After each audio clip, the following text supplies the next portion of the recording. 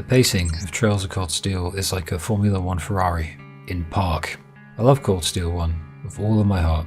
It's the first game I played ever where it feels like the game is having more of an existential crisis than I am, and that takes some doing. Simple enough reasoning, too. It's a haphazard collection of antithetical entities shoved into a box and expected to coexist, resulting in the inevitable reality that manifests being an absolute mess, with pacing that bears the countenance of a senile elephant that just got hit with a tranquilizer dart in the arse, and a vibe that only resonates with the most esoteric kind of people. And that's alongside only a capricious sense of narrative cohesion. But who cares? It's cozy, innit? It's comfy. I like it. Shut up. Within that cluster, there's a sense of coziness and comfort that has me nostalgic, like when I remember Trista, for instance, or Thors Military Academy. So much coziness, in fact, it's my favourite Trails game of all time, right next to Sky the Third. Probably more so. I feel like I should like Sky Third better, I feel like it's probably better, but there is no better really, and Cold Steel makes me feel the warm and tinglies. So I don't really care. All these arc wars and stuff, it's all meaningless. There are good games in certain arcs and bad ones. To us, specifically, this, however, is my bittersweet return to what is likely my favourite game in the series. It's certainly true that every Trails game is steeped in issues. So the question is, what this particular 100 hours of issues did to stand out among the rest of the 100 plus hour games with multiple issues. I couldn't forgive Sky SC or FC for the padding, so why Cold Steel? So we're going to explore why Trails of Cold Steel still feels different than after the rest of the Kaseki series, to the point wherein I forgive it for the things that those games absolutely also do, but really do all have the same issues. So it's the abstraction you need to look for in order to decipher what makes it forgivable in this particular context. Too many people engage in what I call arc wars, as said earlier, as it pertains to Trails. Personally, I couldn't give a shit. I love Sky Third, and I'll never forgive Sky's second chapter for the padded filler,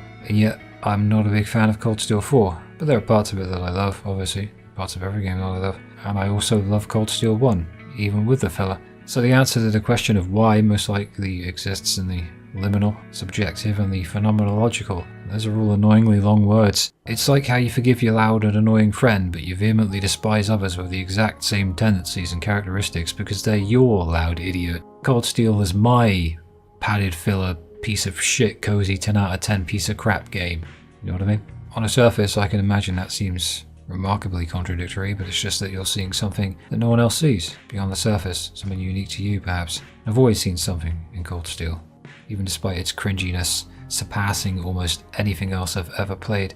It might even be because of that, and that is a scary thought. So I suppose the goal of this video is to illuminate exactly why that even is, why I love it so much. I understand that diving deep into the abstractions and the phenomenological aspects of a game designed for weebs might seem like a weird thing from the outside, and admittedly it does unlock within me a disconcerting feeling that I can't quite describe, and certainly don't have any pressing desire to analyse within my head or my heart or my burning fart. But this game left an impression on me that I kind of just want to talk about. It's like me and my best mate always say, sometimes you just gotta lighten the fuck up. Hey Max. But first, some background. If, like me, you started the Trails series with Trails of Cold Shit, then upon entry into Mishi Haremland, you've no prior knowledge of how this series has been dragging its feet, or the reference I just made, or how Falcom have been relying on a very repetitive formula for 9 years at this point, and are about to do it for a decade more, with this being the 6th entry into an interconnected series. And still, despite this, it's a refreshing breath of air. It's sort of like the morning and the evening of the Trails series at the same time. It's weird, even within the ephemeral grasp of the time that it likes to waste. It released in 2013 via the PlayStation Vita, which was dug up next to the dinosaurs, I believe, and PS3 also, the Vita being the Pax Romana of JRPGs, at a time wherein people like both a lot more than they do now, that being Trails and the Vita. And thanks to this perfect storm of autism, Cold Steel brought week 1 sales in Japan to an all-time high for the series. We will later see a PS4 re-release, complete with a turbo mode that saved my sanity. Although I did play the PS3 game first, and that's why it took over 100 hours. Actually, it took 100 hours the second time too. It kind of sucks you in. On the surface, Cold Steel acts as a refresher for a long series hitting its 6th installment, and its 3rd arc, elevated by the graphical fidelity and the new mechanical opportunities of a new engine and console. The graphics are dated when compared to other games, but futuristic when compared to the LEGO Star Wars axiology of the LaBelle and Crossbell arcs. Did I say Crossbell? Crossbell and LaBelle. So it's technically still a step forward for the graphics, albeit in a very Trails kind of way, but only in the slightly more modern and marginally less archaic shit that they had before it. Yes, and the perspective that it brought with it was a fresh new one, especially for a series that by this point was developing a habit of repeating itself and defaulting back to those old habits whenever it didn't plan well enough for future games, or it wrote itself into a corner. And by it, I mean Toshihiro Kondo and the director. It had no intention of answering the mysteries it had been building up for roughly a decade, and that would be proven as the series went on from here, but this wouldn't be known to you if you hopped in here, which I did. Cold Steel is the great filter for old-timers and the entry point for newcomers. And such esoteric little paradigms are the domain of companies like Falcom only. Only with them could such a wanky chain of causality occur in the weeb space and the modern age. I spoke of the writers writing themselves into a corner, and there were a lot of corners. In fact, there looked set to be vastly more sharp corners in Erebonia's arc. So Kondo, in his infinite wizardry, opted not to wrap the series up, but rather that it was time to appeal to a younger audience that hadn't learned about the many right angles of the Kaseki franchise yet, you know what I mean? This arc would go on to alienate many old fans while also bringing in new ones, myself included. It's the most bloody hell, I nearly set my heart off. It's the most divisive arc of Trails, by far. At least at this point. I think now the Calvert arc is, but whatever, I just want to play this one. This is in no small part due to Cold Steel being as much a fresh new beginning as it is a tired, stale mess. The deciding factor being the angle from which you choose to observe it. That's all. It depends on how you see it, really. Look at it in isolation and you'll be much more impressed at what Cold Steel does. Look at it as part of a long, interconnected series and you'll see the rust on the underside of those sparkly train tracks. Pushing further forward, this new era of Trails, there's a new team, with the past two arcs directed by Kondo and produced by Kato, and so Cold Steel deviates from this by introducing new director, Kusano, Kondo now producing. So the writing team changed too. It was a new start for Trails. It'd see a re-release on PS3 later, and then a re-release on PS4, which we'll be playing it on today. Well, via PS5. Because it has turbo mode and I can use a clear save file. The PS5 is the fastest console in all the land. When I play it on PC, I always get tempted to go turbo mode really too fast and then it spins and gets glitchy. Oh, and the PS5 is the fastest one that I can use my big TV for. It ain't gaming unless you can flop onto the sofa bed and melt into it while you play, falling asleep every few hours for reasons intended and otherwise on the games I have. Now I shit directly on Trails, and that's because it deserves it. It's an absolute colossal bellend of a game series sometimes, but in fact I contend in my spectacularly biased way that it literally asks for it, but passion for something entails a great degree of suffering, to the point wherein it's literally encoded within the etymology of the word itself. And so in that vein, I really do like Cold Steel, despite its hang-ups. It's a mess, and I still look back at it with fond memories of smashing the crap out of Mishi, or watching Marcius obsess over Eusis, Milliam being a menace, and generally just touring Erebonia like we had all the time in the world. I don't like every Cold Steel game, and there are parts of this one that I legitimately hate, and we will go into them. But when the thought of doing a retrospective series of Trails came about in my head, the idea of waking up in Trista filled me with coziness. That's the only thing that's kept me somewhat attached to Trails after a long time away from it, after being super into it. Soul, it has it. I had at my disposal a blank slate to judge Cold Steel, both individually and holistically, because it's also long, padded to hell, crammed with filler, and unsurprisingly, one-dimensional at times. So I am interested to know whether the nostalgia I feel for that day in 2019 when I first played it is enough to help me power through it for the billionth time, or probably like 6th or 7th, or if perhaps the love will finally ebb away now that I'm looking at it without its makeup on the morning after. For every good thing that Cold Steel does, there's a bad one waiting around the corner. For every cozy morning, there's a cringy harem scene. For every funny moment, there's a sudden realization about how Falcom's world building isn't as good as I thought it was, because Erebonia literally doesn't have toilets. But with a game the size and structure of my beloved Trails of Cold Shit, I require assistance. Meaning we'll go point to point, but also look in depth into all of it at the same time, and go crazy together. But that's the fun part, isn't it? That's why I make these long videos. I'll give Falcom stick when they deserve it, and I'll give them praise and a pat on the head when they've earned it. We'll also be tackling the most important question of all. Where do Erebonian shit anyway? Sarah's wine box. Elliot, my boy!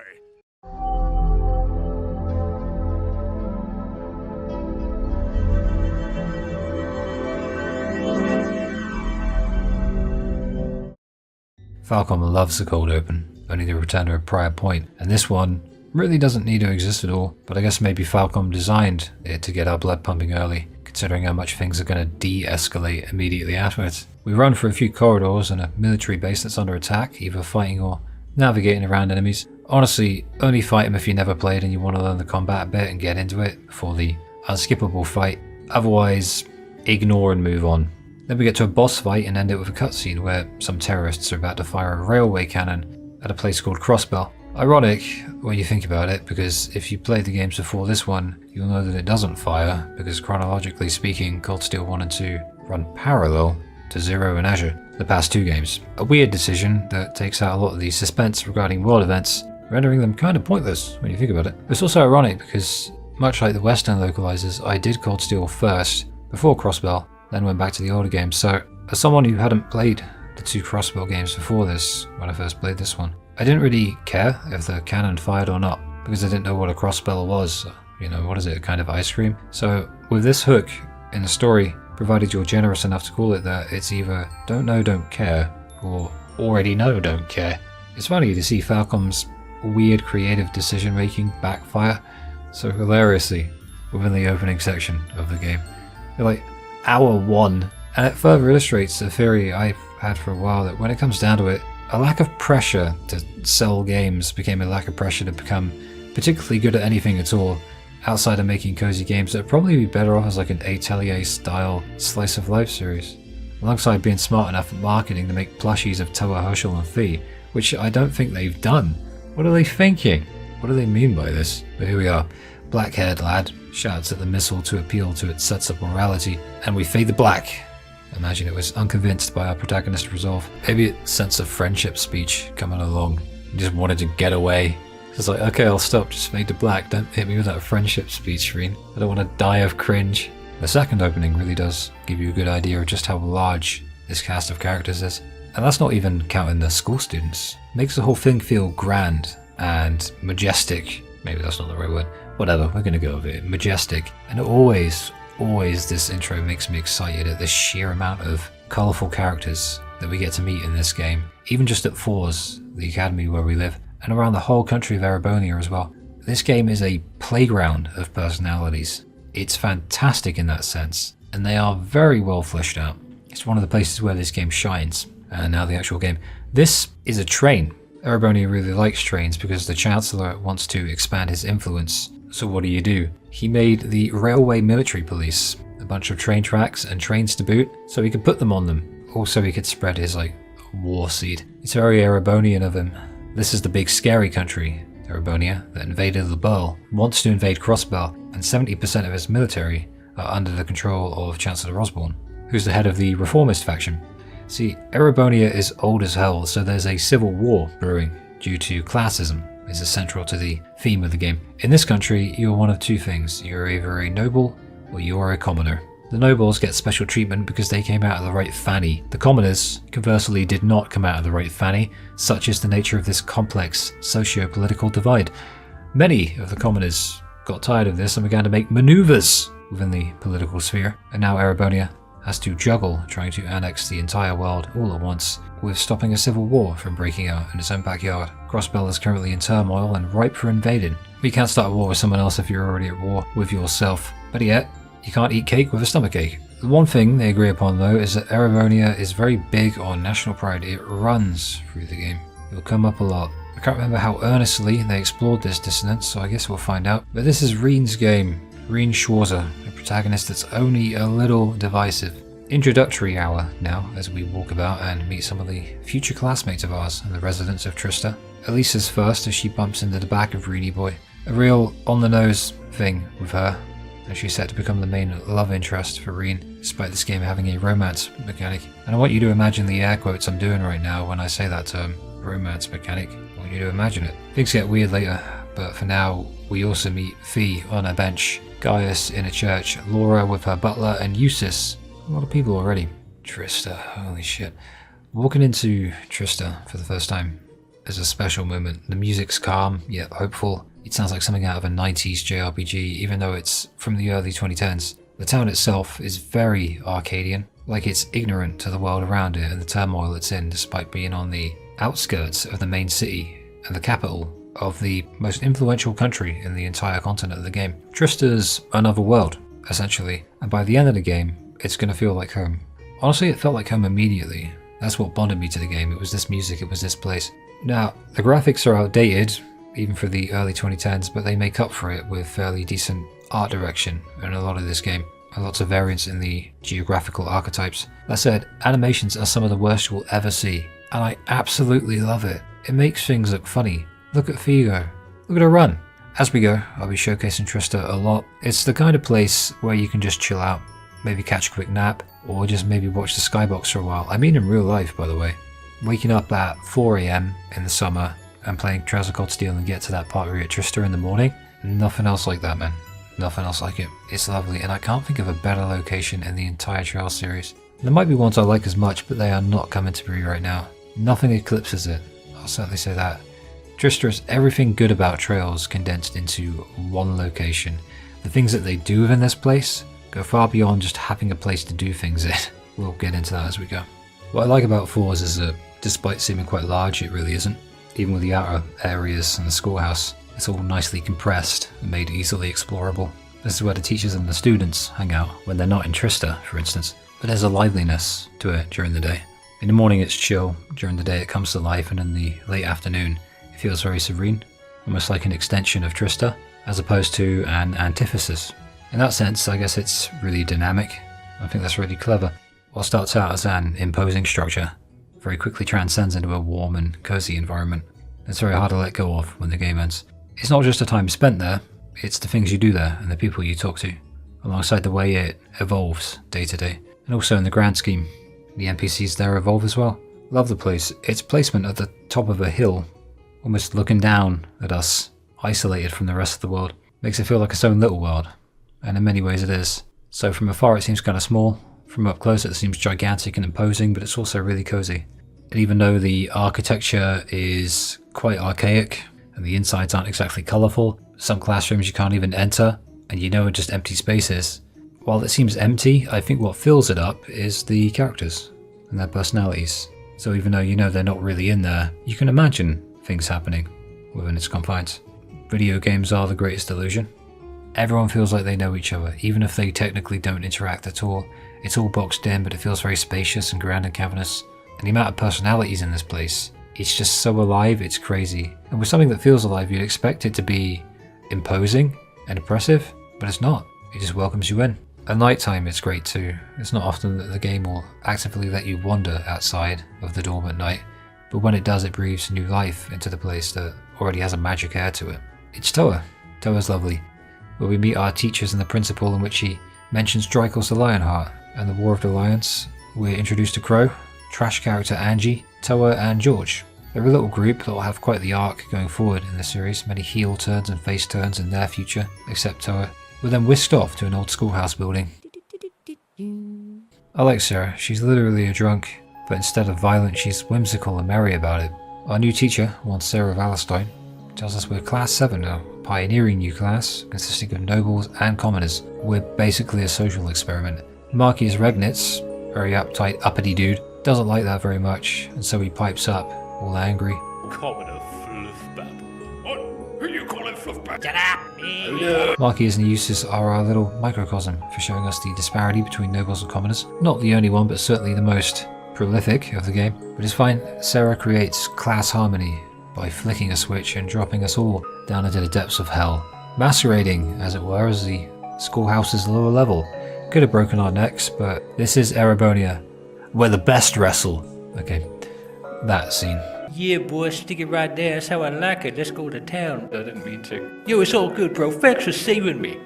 Freeze fire! Elisa lands on Rean, and her boobs land on his face. Instead of thanking him, though, she slaps him. Don't quite understand the logic. Being embarrassed is one thing, but assaulting someone for it is borderline sociopathic. Thankfully, this is anime, and the focal point of this phenomenon that we have to keep in mind is that no matter how immersed we may become in the world of Trails, Elisa and the other women are not young women. They are a collection of polygons created by middle-aged old men who don't know how women think.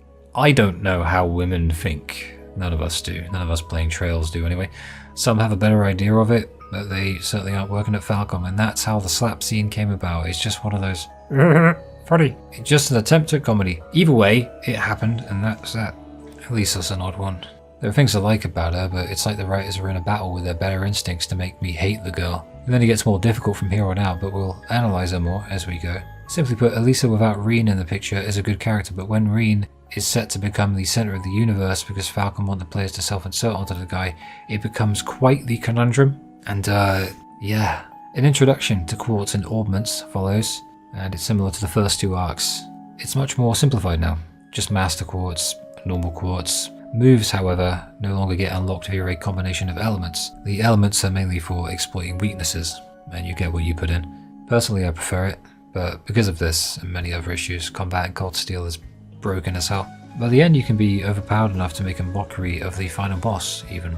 Some people turn to Nightmare Mode mods for a legit challenge, but I'm cool. To me, the real challenge of getting through Trails of Cold Steel is getting through Rean's friendship speeches without jumping off a building. The dungeon is a simple tutorial, very nice, very easy. Not even all that long, they didn't pad it.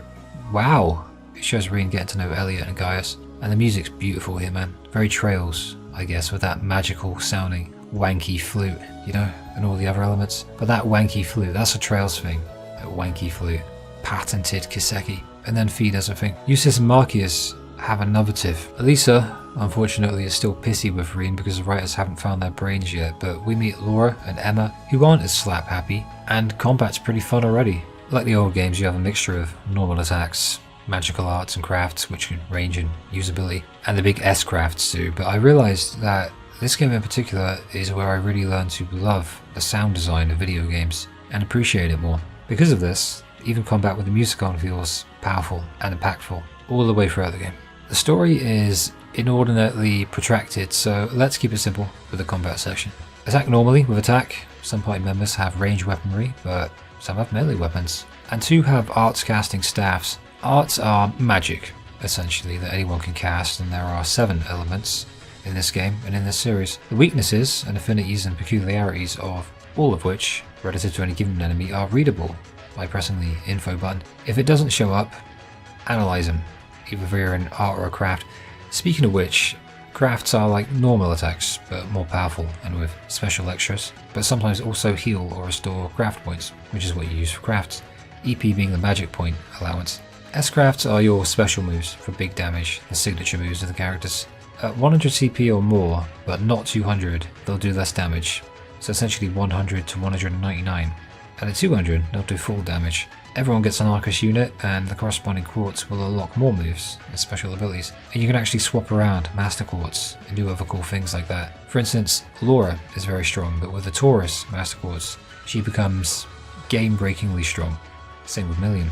Also, Delay is very overpowered. If you see it on a craft's info section, it's time to get excited. At a dungeon boss, the class, despite bickering for so long, come together in a friendship moment to defeat Gilbert Stein's mother, and Sarah says good shit, so you want to join class 7. So it's time.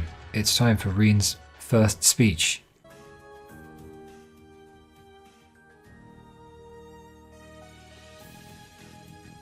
Yeah, whatever. Anyway, everyone else is like, you know what, yeah. And class 7 is born. And that's it. Oliver and Principal Van Diggity look on from above, and Oliver seems optimistic that this group of kids can be the change that the Erebonian Empire so desperately needs. Fancy another opening? Sweet.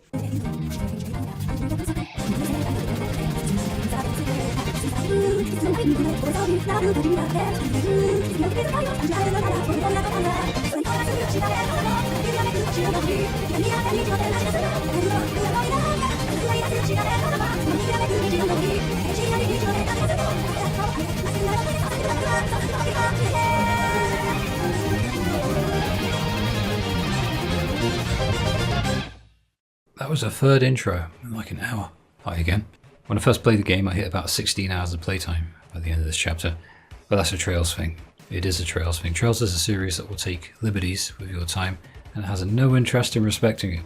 It is shamelessly self-indulgent. Perfect candidate for my more self-indulgent essays. Granted, people ain't paying money for my essays like they do for a Trails game, but whatever, it's okay when Cold Steel does it.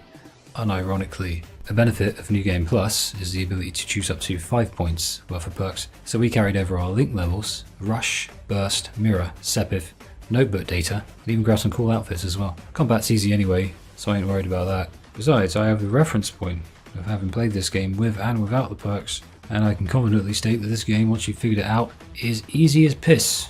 Since the class is able to come together and use our Arcus units and a combat link at the end of the prologue, Class 7 is a legit thing now, and we've all agreed to give the school year a go together. But this first month is basically the we need to insert some drama to keep things somewhat interesting chapter. We get an intro to the dorm, and Rean mentions not sensing anyone. I forgot that they planted this seed so early.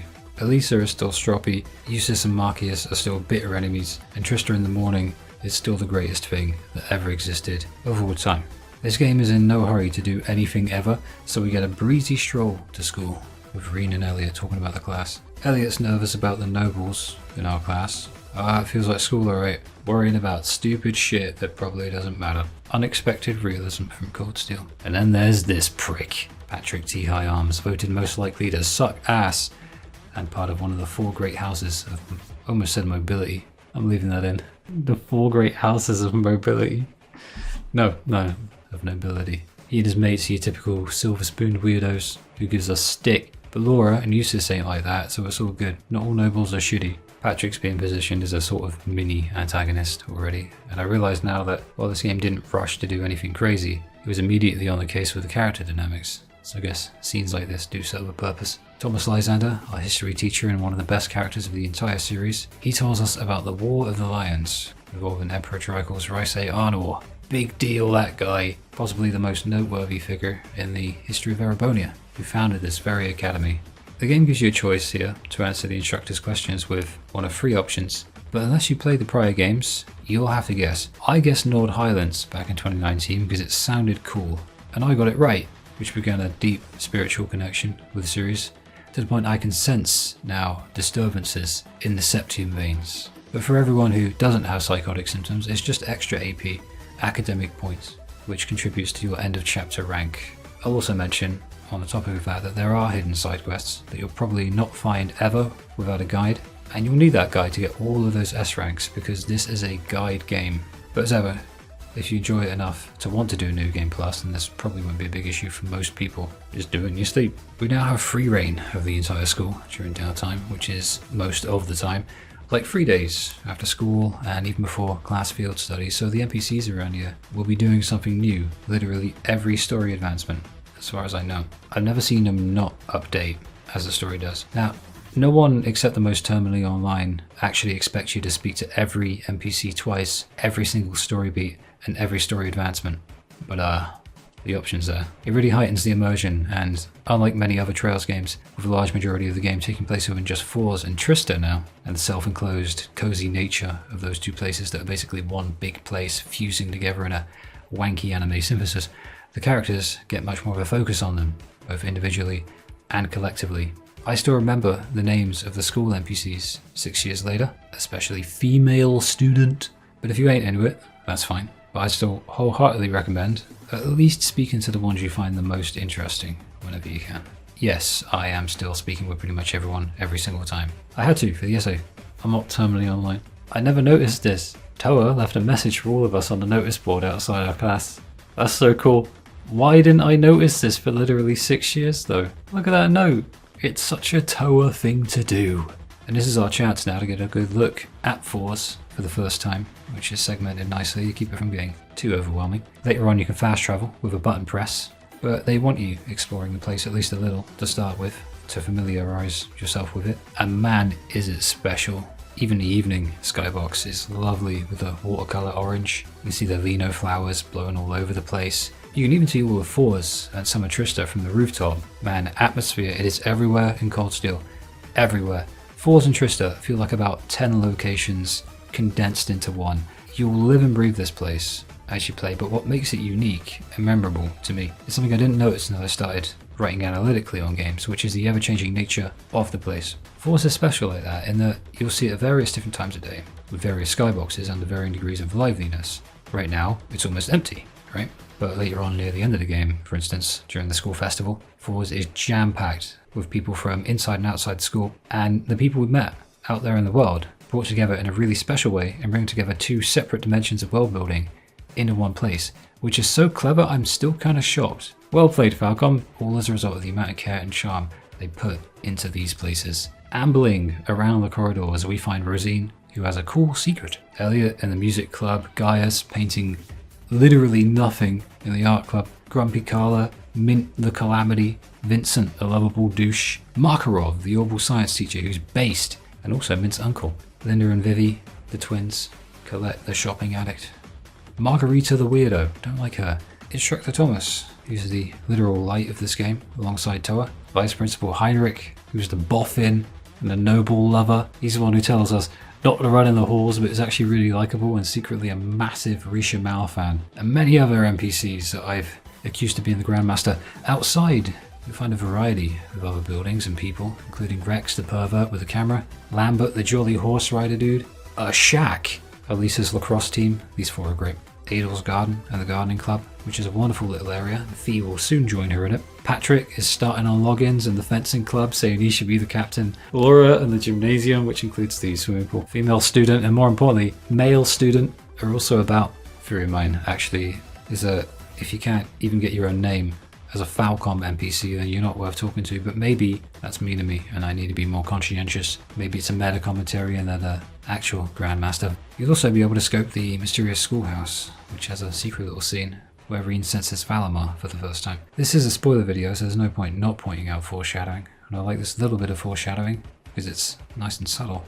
Now in Falcom, Rean would be like, I sense a transformer downstairs. But the theme here is one that I'm sure you picked up on, like with all these buildings, clubs, and characters, as well as the interactions they're having, is that there are tens of stories going on all at once, but in an easygoing way that doesn't demand your attention, but rather everyone has their own character arc and it progresses as the game goes on. Without spoiling any future games, since I can't even be sure I'll cover them in any capacity without going insane, almost all of them get a payoff and go somewhere for these characters, and it's done in a way that carries over all the way up to the end of the 5th game of the arc, in Trails into Reverie, aka Hajimari no Kiseki, aka Trails of Cold Steel 5, Rean's Revenge. Yes, I consider it Cold Steel 5. Fight me. It's literally listed as the 5th Cold Steel game in Falcom's internal coding. Cry about it. And many characters haven't even been introduced yet, actually. This place is both really quiet and cozy, but also alive and vibrant, all the same. It's one of the best settings for a game I've ever seen, and it's all due to the level of care and passion that they put into it. And it's Crow! He needs a 50 mirror coin. He performs a trick, and no matter which one you pick, you get it wrong because he's a dick. You gotta pick, so they can refer to this scene again and again until the end of time and sell you limited edition 50 mirror coins and the collector's editions for the games or whatever. At the library, you will find an assortment of Ereboni's most prized literary works. Classics such as Woo Baby! Chef Ramsay is in the kitchen. How very subtle of you, Falcom. Dorothy is the BL lover, and if you're unfamiliar with that terminology, then I'd leave the searching of BL to your discretion, but don't blame me if you don't like what you find. And finally, Toa. She hands us the Student Council notebooks and welcomes us properly and basically just cements herself as the mascot of the game. Just look at her. Stop looking at her. She's a year above us. Despite her innate lack of verticality, she is walking tall as the Student Council president. But being vertically challenged means she's our most valuable midget and Student Council President.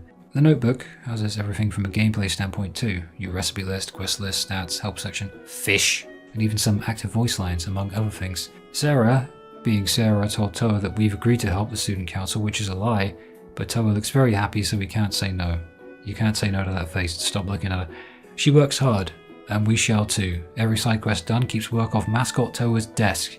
That's why you do side quests. Sarah does explain that it's for Rean's own good though, since Rean couldn't find a club to join and he's at the centre of the class in many ways, in the sense that he'll also be at the centre of the universe going forward, for better or worse. Usually worse. He is Kondo's favourite. This also, consequently though, is why we have given him the ride-along Mishi of good luck, and also Thors looks absolutely gorgeous at night. So while this first day literally involves just walking and talking, I found instantly that bathing in the atmosphere of the academy made it all worth it. And the foundations are now set for us to actually enact some agency on the world. Before that though,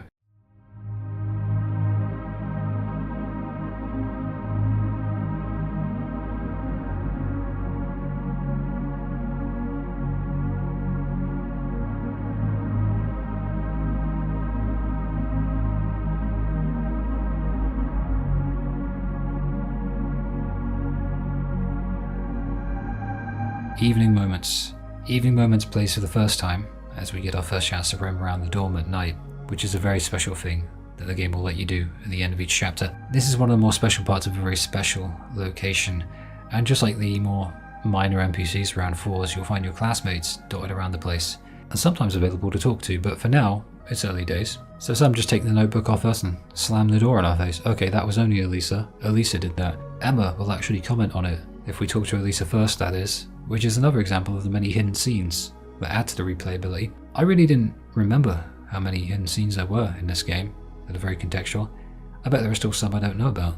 If you know any, let me know, but Evening Moments, once again, is a special song. Every Trails game has its evening theme.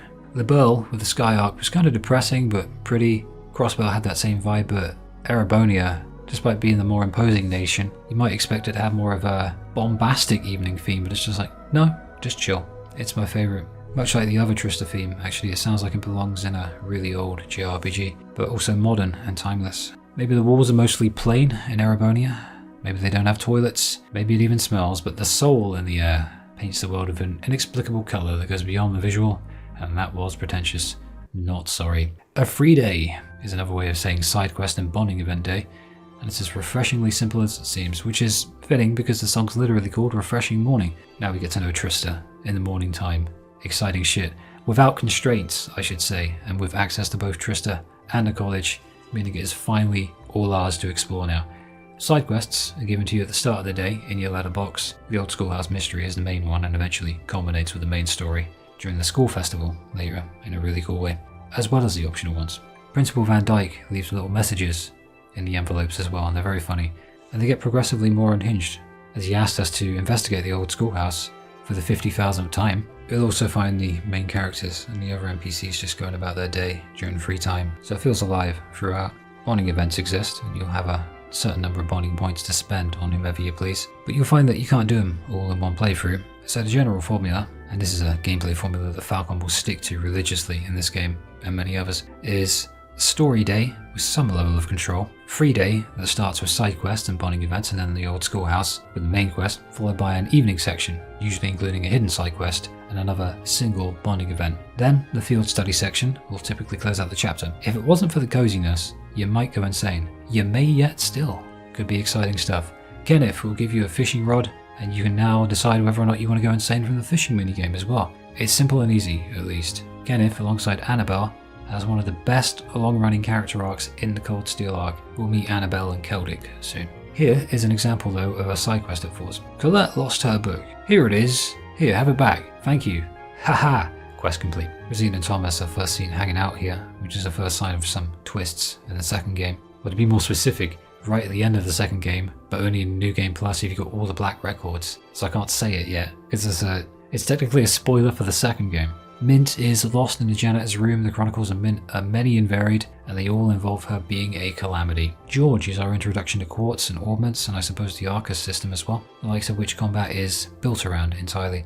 You can buy new Master Quartz and normal quartz from him, among other things, meaning it's worth visiting him at least once per chapter, in the morning section specifically, to keep up to date with it. I was reading the Kaseki wiki the other day, and humans apparently had the ability to cast arts without orbments in the early days of the universe and Trails. But now we need the battle augments and the Arcus units of the world.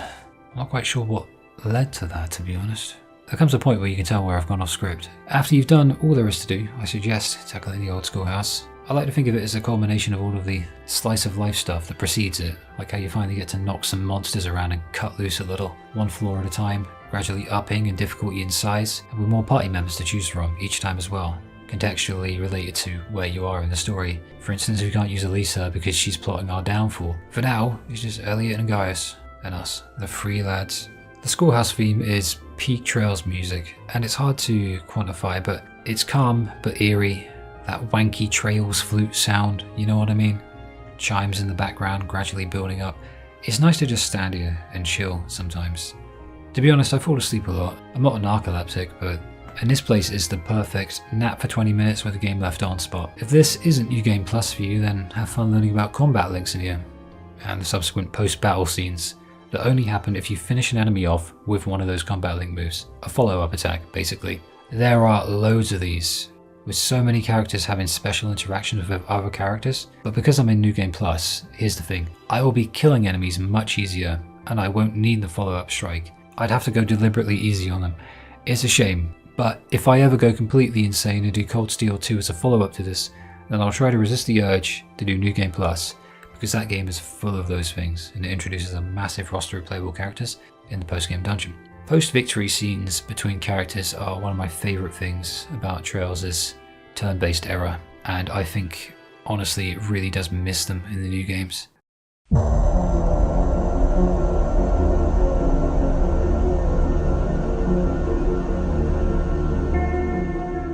This is going to sound kind of odd, but I want to mention how much I love the Sepith system and the lore in Trails, and how they're separated into 7 distinct elements. We got Soul Blur for beating the weird golem guy earlier, so it's relevant. Sepith, Quartz and Sept-Terrions are all lore friendly and have very deep ties to the game's world and lore, but they just look and feel cool too. You know what I mean? You have the 4 standard elements of Earth, Water, Fire and Wind, and each has corresponding moves and perks attached to them, like how Earth has poison and ground-based moves, Wind has evasion, and Water and Wind usually involve healing, whereas Fire involves damage dealing and attack buffs for the most part. It's very thematically consistent. It's another thing I really appreciate that Falcom did. What concerned me when I first played it was the higher elements of Time and Space and Mirage, which are black, gold and silver, but they also intrigued me because they looked really fucking awesome. But I quickly came to love them all. Very quickly, pulling out a higher element move feels special and impactful, like they're a cut above the rest, but the others aren't robbed of their utility as a result. And that's what's really clever about it. It's done intelligently, because when the higher elements are active in the atmosphere later on, not just in this game but throughout the entire series, the game places an emphasis on that by making the enemies tougher and also introducing new status effects that are much more intense. It's brilliant insofar as the world building is concerned, and the best part is that every element corresponds to one of the Sept-Terrions, and this is where the lore comes in. But mainly the issue is that most of the mysteries still haven't been answered and are still up in the air 21 years later. The goddess Adios, provided she actually exists, gave humanity 7 treasures in the form of 7 Sept-Terrions, and each one has a corresponding element. Although there was a gacha game, I think it was a gacha game, wherein a few new cards appeared relative to Sept-Terrions, but I don't even know if that's canon, so if it corresponds to a few more Sept-Terrions, then whatever in it. We'll just stick with what's in the games. Spoilers now for the Labelle and Crossbow arc, basically every game before Cold Steel, but not massive ones by any means. But hey, you've had enough time now, so let's go all in. Labelle has the Sept-Terrion of Space, the Oriole, aka the Shining Ring. It's so special it has 2 names. It granted many wishes in the form of endless paradise, it's said, which of course ended up in disaster, because humans are human. Crossbow, for me, was a lot more interesting because it had the Sept-Terrion of Mirage, Demiurgus. Demiurgus was a lady goddess thingy, was godlike, but also had empathy that drove her so crazy that she erased herself from causality. That sounds like a joke, but it's not. The burden was too much for her. And now the Cold Steel arc will break that convention somewhat and deal with 2 Sept-Terrions. Each one has a corresponding holy beast, all of the Sept-Terrions, all of the elements. But hey, one thing at a time. Time Sepith goes great in a blunt. And that's the schoolhouse done. One of many constants, but with enough variance every time that we come back to keep it challenging and fun. Black Cat. You can see Elisa with a final bonding event in this late afternoon section, but Toe has been really nice to us, so we choose her instead. Elisa can piss off, at least for now. She even gives Rean some good advice about remembering to take a break and rest sometimes. Kinda rich coming from Toa, but in another way she'd know better than anyone. She just chooses not to. Adol spots Fee resting alone on a bench, and this is literally the beginning of Fee's arc, which involves gardening, also revelations about her true self, and then more gardening. After a day of searching, Calamity Mint finally made it to the faculty lounge. Good for Mint, she gets to see her Uncle Makarov, and he is not happy with her at all. And then oh crap, it's Beryl. She's kinda psychic, but possibly also psychotic. Probably both. Some say she's the Grandmaster. Some say she's a Sept-Terrion. All we know is she's caught Beryl. It's 9 p.m. and you're listening to Radio Trista. Welcome, welcome. Don't touch that dial, listeners. You found the right place to be tonight. It's time for the start of a brand new program here on Radio Trista, coming at you promptly every Sunday. I call it Abend Time after the word for evening. Might be a little cliched, but sometimes simple is best, right? Clichés are clichés for a reason, after all. Anyway, my name is Misty, and I'll be your host. Hopefully I'll get to feature some famous guests at some point, so be sure you tune in every week or you might miss them. You know, she's got a pretty nice voice. This might be good to leave on in the background while I'm working. I hope life has been treating all of you well this month as we slowly near the end of April. Here in Trista, the beautiful lino flowers have passed their peak and begun to wilt. But wilting flowers are beautiful in their own way, as they serve to remind us just how fleeting this existence truly is. Radio Trista is our ASMR. So the practical exam. If this wasn't New Game Plus, then I'd be nervous about this, but it ain't, so I ain't. I love these. Everyone's brought together and it always hints at the general health of the group. You get some fun dynamics, usually some funny moments from Sarah, starting as a bunch of randoms brought together and ending eventually with us being a well-oiled combat machine. There's a big emphasis on Class 7 as a group throughout the entire Cold Steel arc. Massive emphasis. They even have their own theme song. It's a unique narrative device to tell the story of Class 7. You get a unique set of objectives each time, like no one being knocked out, etc. And it's a good way to test the player's comprehension of the battle system while they're at it. Have those three been training in secret? Ed Bosco did such a good job as Marcus. But you know what, Marcus? If you weren't so busy obsessing over uses, you'd have noticed you could have came and helped us. So Sarah finally announces the class field studies. This is how the game keeps things fresh and interesting, by splitting the class into 2 groups and sending us all over Eastern Erebania. We'll be travelling all over this side of the country by train and seeing all sorts of places and carrying all sorts of new things. And despite the stupid myth that nothing happens in Cold Steel 1, it definitely does. So we'll be solving mysteries, watching Marcus get taken as a political prisoner, foiling multiple terrorist plots. We save royalty, much more. We even eat food in a lake in Legram. See? Lots happens. Based. So of course, now Sarah sticks Rean with Elisa and Eustace with Marcus. Luckily Falcom didn't drag their stupid Elisa crap on for the entire chapter and instead nixed it before we head to Celtic. I really do appreciate that. Rean and Elisa have pretty good chemistry when Elisa isn't being weirdly controlling and or possessive. But hey, she apologizes, and that's the power of the 8 leaves. So it's just us 2, along with Laura and Elliot, headed to Celtic to be school buddies. Head over to the radio station and catch a secret scene of Radio Trista's host leaving. That'd be Misty. I guess she stayed there the night. And here it is, the early morning Trista skybox I mentioned. Playing this game in the early morning IRL while at this exact part of the day in the game, you will probably have a transcendental experience. The use of colour is sensational. So many JRPGs oversaturate the colour palette, but Cold Steel skies just look like pastel and watercolour paintings. Art direction is king, graphics are secondary. Creativity is timeless, essentially, and considering this was Falcom's first ever venture into a fully 3D game, it's genuinely impressive. Sure, the character models run funny, the animations are stiff, but knowing the skies perpetually above you makes it funny. Adios can be seen in the church windows. I looked up a wiki page, actually, and this image changes slightly each game. Maybe it's meant to represent how different corners of the world see her. Maybe it's a slight redesign. But Adios' existence really is just tall tales and stained glass windows at this point. There are some of the world who apparently deny her existence. And I'm still curious as to whether or not she's actually legit. Is she the Grandmaster? Rean's mum? Estelle's mum? Gilbert Stein? Always make sure to visit Toa before leaving. It's good luck and brings good fortune for your journey. But what's not good is how augments are formatted in this game. I like the concept, but they kind of screwed up the execution. See, Rean's is easy because you're always controlling him, but on account of having a completely or even slightly different party every field study, the game will empty their Arcus of its quartz. Now this is useful if you want to switch between party members, as it pertains to the very best quartz, but it's still a drag. Eventually though, much like Final Fantasy VII's materia system, for instance, which I do wonder if it served as slight inspiration for this system. You'll get a good feel for where everything goes and how you've got everyone set up.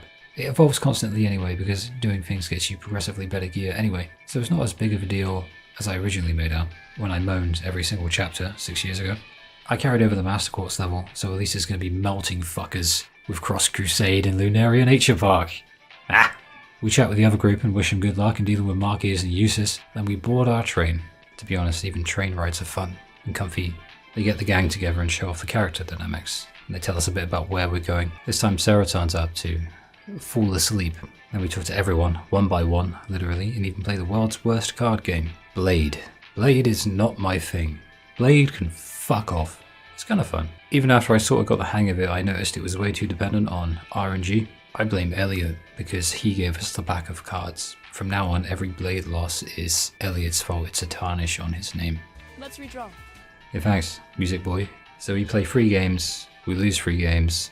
This is the will of Adios, or Ados, as she was called, before the translators got a hold of her.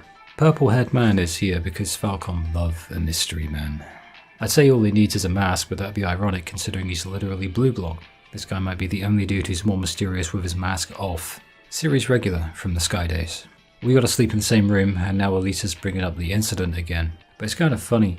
Elisa's weird sometimes, but she's written by the men of Falcom, so like, obviously, that's why she comes across as crazy. So field studies are about as easy as the student council quests at Thors. In fact, they're a carbon copy, but the scenery is different. So the idea is that we get a lot of freedom as it pertains to the order in which we tackle these quests, and whether or not we even bother with the optional ones to begin with. It'll affect our rank, but even exploring the locations fully and talking to everyone isn't entirely mandatory. But it's worth it if you're looking to get fully absorbed into the game. Whether or not you think it's worth that level of commitment to begin with is entirely up to you. It's much like the commitment that one might have for Mishi, who can be seen here in this Celtic Grand Market stall. Mishi was introduced in the Crossbell arc, and even has a theme park named after him called Michelin Wonderland, which sounds like a joke, but I'm deadly serious. It's in the Crossbell games. He has many different versions, and his fandom is probably even crazier than the Trails fanbase in the West. And this is the Provincial Army. Look forward to watching them butt heads with everyone who doesn't have a mustache, because there's a civil war brewing in Erebonia between the nobles that the provincial dudes serve and the empire that presides over the Imperial Army and the railway military police. No actual normal police exists in Erebonia in this game, kind of like the Burl with the Sky Trilogy, where it's just an army and the braces. Only Crossbell cares about police stuff at this point. Erebonia is similar to the Burl geopolitically, but the RMP gives them a leg up on their noble opposition. These provincials are definitely portrayed as comical and literally mustache twirling, so it's kinda hard to take them seriously literally ever. Maybe we ain't supposed to, who knows. It's fun to have a comical group of twats as villains, but not the primary villains. Behold the Falcom fish, the Falcom tomato, and the Falcom cow. We've reached the peak of 3D gaming. It is all downhill from here. You never know you're in the best times until they're over, so we must appreciate this fully. The quests are easy.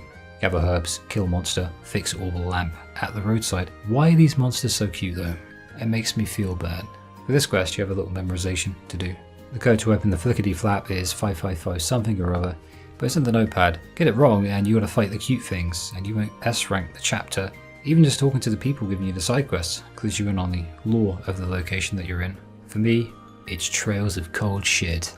Celtic's really simple in that its real charm is actually on the highways, wherein you're taken from the suburban Thors and into the natural environment of Celtic's outer areas, with all the freedom that comes with it. Celtic itself is, if nothing else, pleasantly Arcadian. It's perfect for a first place that we go and visit outside of what we know in Thors and Trista. And that goes a long way to serving as its function as the very first travelling spot in this long tour of Erebonia. The theme's upbeat as a result, and full of the innocence that our characters embody at this point, and naively hopeful as we set out onto our first adventure of quite a few. I guess what I'm saying is it's not particularly incredible, but it's alright. I like it. The highways are one of my favourite things in cold shit. You can stick on a podcast or an album and lose hours here, but that's only enjoyable because of the root cause of how they were designed, the likes of which manifests in how easy these places absorb you into their atmosphere with their aesthetics and their substance, alongside how well they synthesize with the setting of Erebonia as a whole. I guess I like that it's simple, but Cold Steel has a really odd aesthetic actually. The game's artistic direction isn't particularly crazy, it's really surprisingly old-fashioned actually. The character costumes for Fee and Elliot are a really good example of this. They have them looking like they're straight out of 1940s London, which means Erebonia really does have what you could quite accurately call an industrial type aesthetic, which is very much in line with the Orbital Revolution in the game's world building and lore, and how it mimics the Industrial Revolution. And so it doesn't have any hyper-saturated colours for the most part, but rather a more dulcet and subdued colour palette that extends from the cities and the towns to the highways, and even in how the characters dress. It's thematically consistent with the idiosyncratic nature of the wider world around it, and so they both accentuate each other. But it also represents an ironic divergence from it as well, in that you have that element of nature to contrast with the more urban environments, and the understated art direction doesn't get much appreciation or credit in this game, but I think the root cause of that is that people are so fixated on graphics. But I love it to bits. It's so good that I actually want to grind in these simplistic highways, and sometimes in the dungeons too. Other than that, and this isn't in the script, I just don't know what it is about Trails that makes it so warm and easy to absorb into and makes it a comfort game. I think it might be all the bad things about it, and that's really weird to say, but if you're a Trails fan, maybe you understand that. Now that is a badge of honour for a game, either way. It's archaic, but it's not antiquated. It's archaic aesthetic genius. Probably profoundly unintentional on Falcom's part. What makes Highways tolerable though is the turbo mode.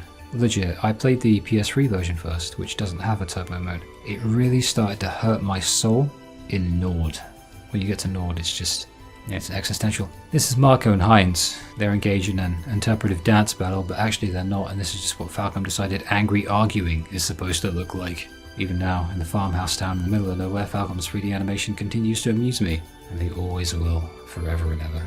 They both think they own the store, but then they get embarrassed as Rean and Laura seize them, restrained by school kids. That's bad optics. Otto's here though. It's Otto, guys. Yeah, unironically, I like him.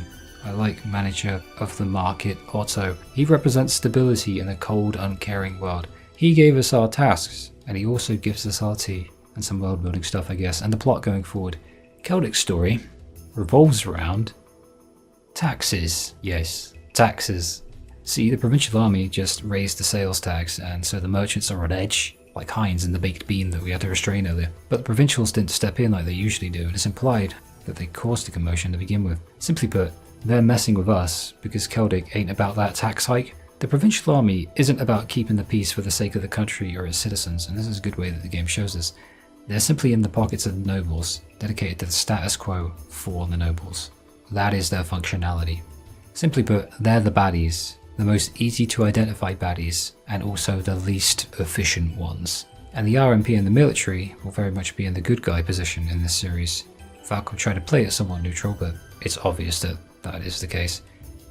And even as the Erebonian arc progresses, this doesn't really change much. It's alright though. These guys are kind of like Team Rocket levels of incompetence, so they make for really good comedy as we foil their plans all over the country. We'll be doing it in the next chapter too. With this knowledge, Sarah leaves us because Group B is doing crap and Eustace and Marcus are probably drowning each other in a river somewhere, and so we gain a bit more independence. I like the evening scenes during the field studies, but it's also very funny when you realise that Falcom have created their own trope. I call it characters talking in great detail about food. It's a Falcom thing, actually. These scenes have a weird power to them. It's almost metaphysical, perhaps even cosmological. In particular, I'm not crazy, you're crazy. They do have a weird power. Like, we're only having a little talk about why we all joined the academy, but it seems like the most important thing in the world. It's like it's the only thing that matters to these characters, and by extension, you, the player, certainly me. The music, the calm room, the characters and their bright, weird hair looking like somebody dropped a pack of fucking Skittles. It all feels very ambient and cozy. Laura asks Rean why he's holding back. And Rean plays down his own skills. He's insecure, and he'll remain this way literally forever. Yun Kafai taught Rean the 8 one blade style of swordsmanship, and to those who master it, they give him the title of Divine Blade. Laura's dad is a super sword guy called the Radiant Blade Master, and these nicknames are very hilarious. What's funnier though, is that eventually you stop finding it cringy and just accept it. Trails is weird, so are the people who play it. Celtic Day 2 is just optional side quest because the main thing is the mystery of the trashed market stall. It gets more exciting later, you just gotta hang in there. It seems someone didn't like Falcom's new 3D models, and this, like many of the elements in any Trails game, is inordinately protracted, so I like to put up my shield now. Shield up. Yes, this video is going to be long, but technically I'm slicing it down. I'm compressing it because this game took me over 100 hours the first time around, then the second. Also, finally, you can meet Annabelle for the first time here, who's lost her wallet. She's a recurring character across the whole Erebonian arc, and she's very funny. Her and Kenneth are going to have the greatest love story since the incest one in Trails in the Sky.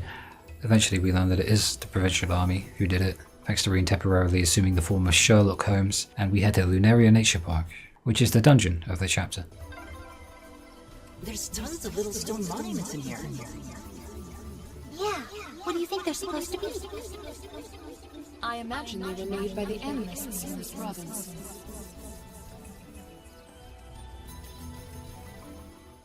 I love this place. Feels like that old mystical, mythical Trails vibe, you know? That's kind of lacking in Cold Steel 1 at times, but I think there's this old Trails vibe that took a few games to fully translate over to the 3D games, but eventually got there in Cold Steel 3. I actually feel that the most in Cold Steel 3, and believe it or not, despite my harsh words for the game, though the video is private now, Trails in a Reverie.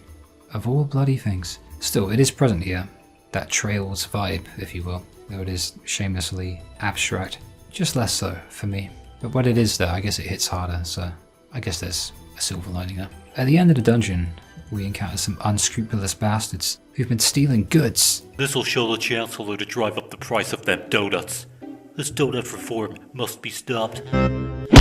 Fuck! Before they can tell us who hired them, a mythical, distant flute summons literally this. If you're new to the game, this is your first real test of the difficulty of the combat, and you'll likely have to utilize everyone's strengths to a degree, everyone that you've yet to at this point. But on normal mode, for instance, it's a subtle difficulty increase and not some crazy difficulty spike, considering it's the final boss of the chapter. I'd say it's very fair from what I remember. I don't remember any crazy difficulty spikes in this game. Of course, I love how the tougher enemies just explode into purple, wanky anime energy. The provincials try to frame us as the culprits for the stolen goods, including Mustache Man with posh voice, who intends to bring us in. Field studies tend to follow this pattern a lot. Class 7 encounters some level of injustice and strife. They take on bridge, they try to figure their way out of it, they save the day, and ultimately get themselves out of a bind. But then it turns out they didn't, but then someone comes along to save them. The Railway Military Police, RMP for short, headed up by this lady, Claire Reville, the Icy Maiden, aka one of the Chancellor's dogs, according to the twirly mustache man. Right here we get a front row seat to the political tension and infighting in Ereboni's upper strata of power. It's basically one big power struggle between the nobles and the non-nobles. Funny thing is, there is a royal family, and they're firmly on the imperial side. When you think about it, the nobles are a bootleg royal family, but with 4 of them instead, those being the 4 great houses, who each have a leader. But for us, that's a wrap, and also a great microcosm for the general route each chapter will follow. If you don't like it, you'll probably know by now, but each chapter is essentially a mini-story with a beginning, middle, and a conclusive end, and then a lead into the next one. Even the final chapter does it, as sequel bait. These days I don't like it so much, but these were the early days, weren't they? It ramps up each time and provides new characters and scenery and obstacles, and shows us the country of Erebonia as well as the lore for the series. So it's not all Control-C, Control-V. Class 7 saved the day, the nice music plays, Team Rocket's been defeated, and see you in the next episode of Pokemon. Every chapter feels like an adventure. I do love it. I guess formula is okay when it's really, really charming and cozy, and just resonates with you personally. It's ridiculously subjective, and I'm not excusing it. I'm just saying I don't really care. It's about the substance that peripheralizes it, but then, you know, people will forget they heard that and they'll just keep doing their Arc Wars thing. It's funny too, because I love Cold Steel 1, but I'm not as big on Cold Steel 2. Same with 3 and then 4. And I love Sky the Third, but apparently if you like one game from Monarch, you must like them all. So, yeah, those are the rules. I didn't make them. The group realizes now the real purpose of Class 7, beyond the social experiment thing, which is to see the realities of the world around them and experience them firsthand, but also to actually literally just be bracers without the name. Bracers are a group that works for the people, helping them with tasks. Basically, it's like the Sky Trilogy. Bracers aren't as big a thing in Erebonia anymore due to political happenings, so I guess there is a good way to get around that, and it would be us. We're the Mobile Bracer Squad, but we're super friends now. Big super duper beans. And Rean comes clean that he's actually a noble. Not by blood, but he's from Ymir, where there's a dude named Baron Schwarzer who adopted him when he was a tiny bellsprout. Also, sneaky things are afoot with man and masked man, baddies, scheming things, complete with their own cheesy bad guy music. I love this game. We ride on home to Trista, and that's chapter 1 done. About 16 hours in during my first playthrough, but that is a Trails thing. Nishi? I admit it has a certain charm. That's the power of the 8 leaves. It is an aside, but this game runs smoother than butter, by the way. 60 FPS, and the menus are the quickest and snappiest I've ever seen. I say this, having just encountered another thing worth mentioning and giving praise to, which is the dynamic main menus, in which your current field study buddies will be on the train with you. Military science with Neidhart now, and he's telling us about the Orbital Revolution 50 years ago, and how orbital communications have revolutionized warfare. Our Arcus units being a prime example of this, but yeah, this will eventually evolve into a sort of pseudo-smartphone of sorts in Cold Steel 3 with full messaging functionality, but there aren't any selfie phones yet, so for now, we rejoice. Also, it says bruh on the blackboard. It literally just says bruh. Erebonia is a tradcon country like Japan is a tradcon country, so the ladies have a cooking class to become the best future wife. Fee seems to be taking it the most seriously. Look at her go. There's something about silvered hair girl that I find oddly soothing. I wonder if she'd let me stroke her hair if I were to ask nicely. That's quite enough idle chatter. Did they make it a little less obvious they're talking about us? I mean, seriously. It stands to reason they'd be curious about our class. It's hard to blame them for that, at least.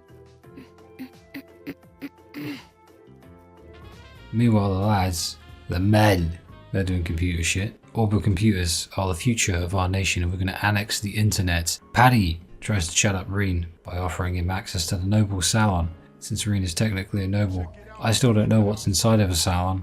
I assume it's where people get like manicures and pedicures and shit. Eustace saves us, and then he pretends he still doesn't like us. He feels bad though about the provincial army being mean to us in Celtic. Nice touch. And now Marcius is acting up because Rean engaged in misdirection when he said I ain't got a drop of noble blood in my vein. Marcius is just upset that Rean lied. The sad piano music plays and then Emma rams him. Nobles fucking suck, bro. Dumb bitch. She then gives us some advice because she's a good bean. Becky and Hugo are chilling here. They're the merchants. I think I missed the first scene where Hugo's following her around and being condescending, giving her advice and annoying her. But now they're hanging out, so I guess he won her over.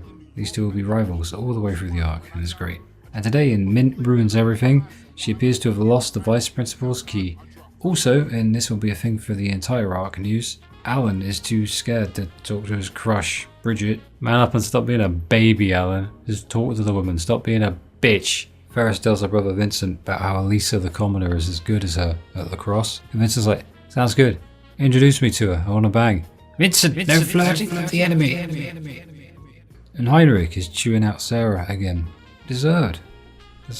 Beryl has founded the Occult Research Society, a club consisting solely of her and her alone. She claims to know what we're thinking, and we'll later find out that she literally is psychic. Sounds like something the Grandmaster would say. Really though, I don't think she's a Grandmaster. I think people take her way too seriously. I think she's just a joke character that Falcom put in there for laughs. Like Anton. I remember an interview, actually, where someone asked Gonzo about Beryl and he just laughed it off. And again, that's his response to literally everything. He just laughs. In the dorms, we see that Gaius' painting is really coming along. I really like the way the white brings out the rest of the white. The black cat, Celine, finally says hi. It seems very down to earth until Rean suggests she might be a dude cat, so she scratches them up real good. It's a crazy pussy right there. Sarah puts Marcius and Eustace in the same group for obvious reasons, but they're too angry to see reason, and certainly not good enough to change their mind in combat. So this chapter will be patching up the strained relationship of these two bumders as we play class counselor. The battle with Sarah is unwinnable because it's cold steel. Eustace and Marcius not being able to link with their Arcus units is a nice touch. They can't use the combat link, so I forgive them because that is a really nice touch. Trails of cold shit. I forgive you because I love you, even when you're annoying. Especially when you're annoying. The field study this month is Bereahard. I like the dynamics of these guys the best out of all the group matchings, and this is by far my favourite chapter. Chapter 1 in Celtic was all understandably simple in every aspect, and we just had Laura, Elisa and Elliot, but with Fee being funny, Emma being nice, and the great Marcius and Eustace War of 1204, at least some really fun dynamics, and funny ones too. I have to give Falcom credit for their commitment to world building in Cold Steel 1 and 2, especially seeing as in some games it feels like they drop the ball, Falcom that is, but they pick up the slack in more subversive aspects. Case in point, I like that when we initially leave for Bereahard, which is in the Kreuzern region, you see the highways of the Celtic area outside the train windows. Knowing Falcom's unerring commitment to cost cutting, I half expected the windows to be completely fucking opaque, but not only is the outside visible, when you get closer to Bereahard, it switches to the deeper greens of the North Kreuzern highways, which is the outskirts of Bereahard. This, I think, helps the player to assimilate with the world of Cimmeria, most notably through the conduit that is the country of Erebonia that we'll be spending 4 whole games in. This makes it feel alive, but also in quieter moments, possibly even more so within those quieter moments, those liminal spaces. Coming back to Cold Steel after so long, nearly a year I think, despite my love-hate relationship with Trails, seemed a good idea for multiple reasons, but I think that my newfound appreciation for Falcom's attention to detail in smaller moments is the most substantial one so far. When it comes to Trails world building, sometimes it's announced, sometimes it's discovered, but it's always worth exploring. It's a little touch, but as I've said in many essays now, more than I can count, certainly. All large things are just innumerable amounts of smaller things, converging and coalescing into one big thingy. This is why I enjoy analysis so much. Anyway, After losing 4 consecutive games of played, we touch down in the city. Immediately upon entering, we're greeted by Rufus Alberea, that's Eustace's brother. And Rufus is going to undergo a hell of an arc over the course of the next 5 games. It even appears in Kaino Kaseki, which is Trails Beyond the Horizon in the west. I really like the journey Rufus undergoes over the course of the series, and maybe one day I'll change my mind. It's nice that I don't have to go, man, he had so much potential and they wasted him. Instead it's like, man, he had so much potential and they nailed it. Get the fuck in, innit? Falcom utilized it completely. In the early days, he is the son of the Alberea household. That's it. Soon, though, he's revealed to be in the board of directors for Thors, so it was already a big deal. But he'll be an even bigger deal in ways that will be apparent from Cold Steel 2 onwards. And his character will continue to evolve in ways that I don't think anyone, possibly even Falcom, could have foreseen. I'm genuinely looking forward to seeing Rufus grow over these next games. Provided I cover him. He's one of my favourite characters in the entire series. Maybe that's a reason to cover him. For now though, he's a cool, calm and collected noble guy who's so charming that even Marcius lets down his guard. And Rufus also likes to bully Eustace. In a nice way. I mean, Eustace and Marcius try to establish a combat link, but it severs during combat, after which the two go at it again. And Rean has to get between them when the monster attacks, because we didn't kill it properly. After this, Rean isn't usable for the rest of the day, and the two calm down real quick and they realise they could have gotten Rean killed. Looks so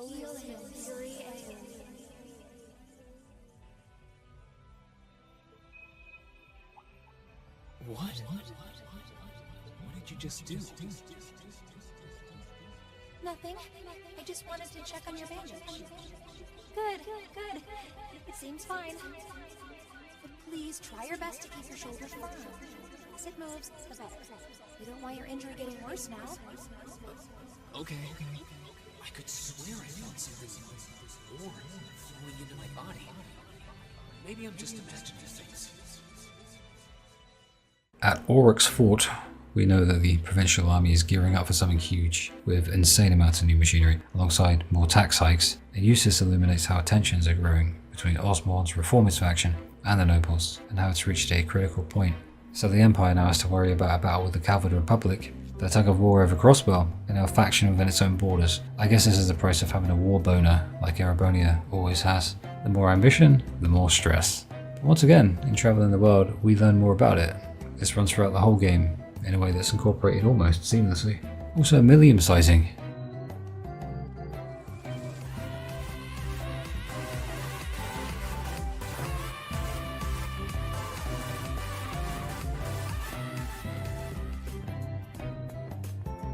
Eustace's dad, Duke Helmut Alberea, turns up and acts like an uncaring prick, and I think that says it all. Talking about food again. Alright then, Trails. Can't help themselves, can they?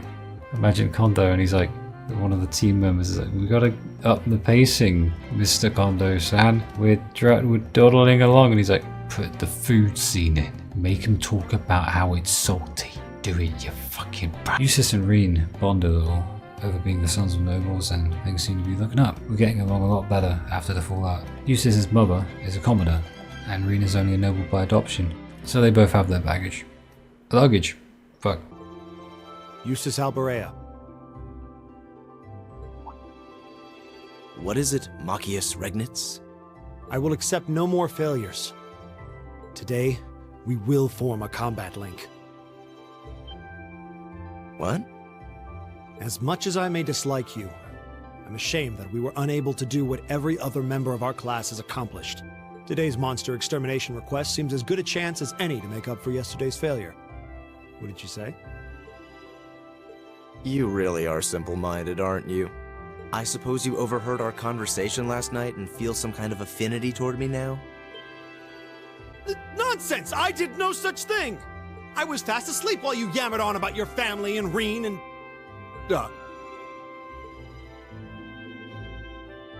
Marcius. That's pretty conclusive. Very well. I accept. I'll be happy to show you what a proper combat link looks like.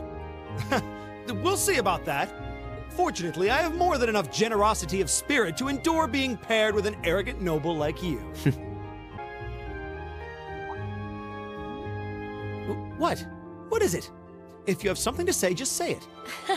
Oh, it's nothing. Nothing at all. She's probably thinking, the worst is over, and it's all thanks to your eavesdropping. Good boy.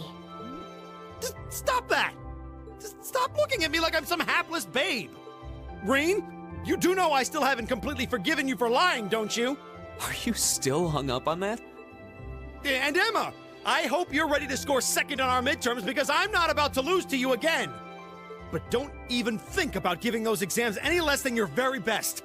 I intend to best you when you're in top form. You will?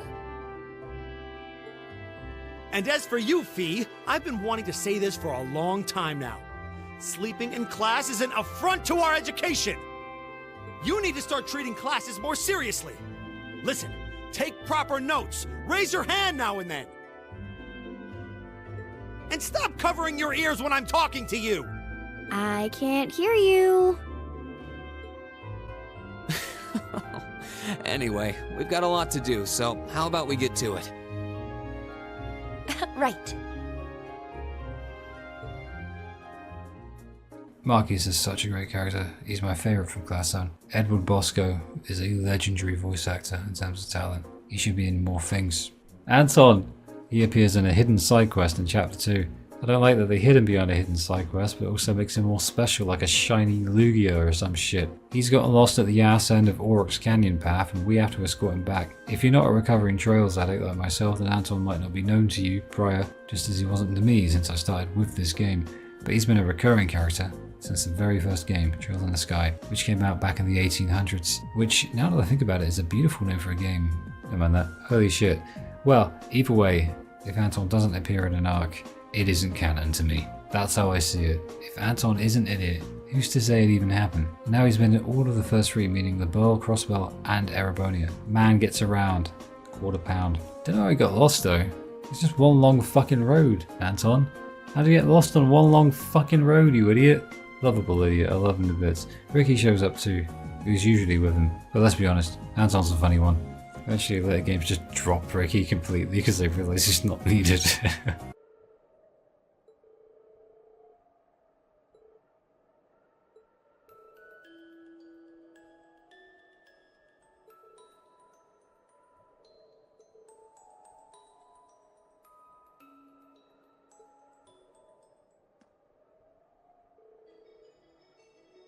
Marcus has taken political prisoner.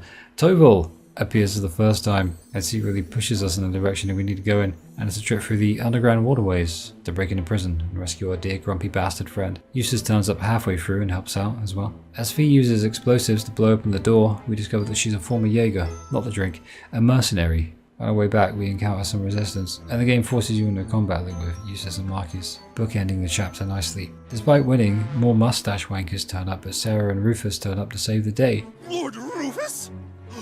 Lord Rufus! Over that, Eustace and Marcus are getting along great, or as well as one can possibly ask. Not perfectly, so it's realistic, actually. Either way, great chapter. Drama, comedy, politics, and most importantly, Anton. But hey, nothing happens in Cold Steel, right? Nothing at all. I knew it was all just a hallucination that I conjured up. I can't believe so many thousands of people played along with me. But I believe there's something special to be gained from that. Something you can only gain now, at this moment in time. So long as you're together with your friends and classmates, people for whom there is no substitute.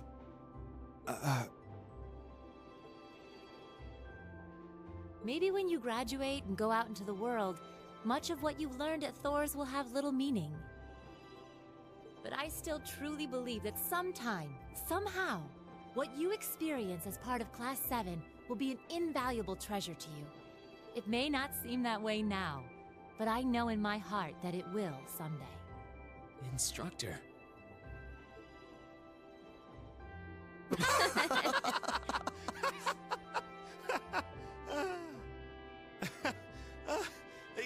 You almost had me there for a moment. That was the last thing I ever thought I'd hear from you. Hey! What's with all the laughing? I'm really sorry. Your words were quite touching, but... Coming out of your mouth, they were just... painfully droll. Something we can only gain now, at this moment in time. so long as we're with our friends and classmates, for whom there is no substitute. Stop that! Are you trying to kill me? You kids are awful. I was being serious, you know. Why must this instructor thing be so difficult sometimes?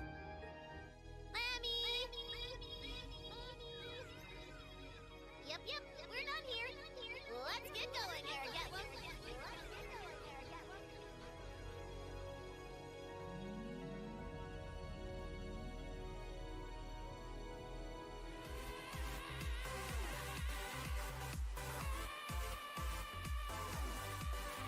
It's June, and it's raining, so it's basically England in Trista. I love how Trista evolves with the seasons though, over the course of the game. It's only chapter 3, and the formulaic nature of the game has actually helped it out. Usually an overly formulaic or formularized game is a boring one, but subjectivity aside, I think Cold Steel might be the only game I've ever said it works well for. I guess you just have an abundance of convergent elements that have to intersect and coincide in a way that produces a sort of wanky equilibrium, or as I've called it before, like the anime Big Bang. The class is getting along great for the first time since. Just kidding, lore is a bit iffy with Fee now, and that'll come up in chapter 4 in Heimdall, in a park, at night. So I mentioned in chapter 1 how Toa's message on our class notice board was a nice touch, but as I play through the whole thing again for the 7 millionth time, I realised that there's a new thingy on it literally every month. It updates. I think in month 2, Vice Principal Heinrich was moaning at us about something.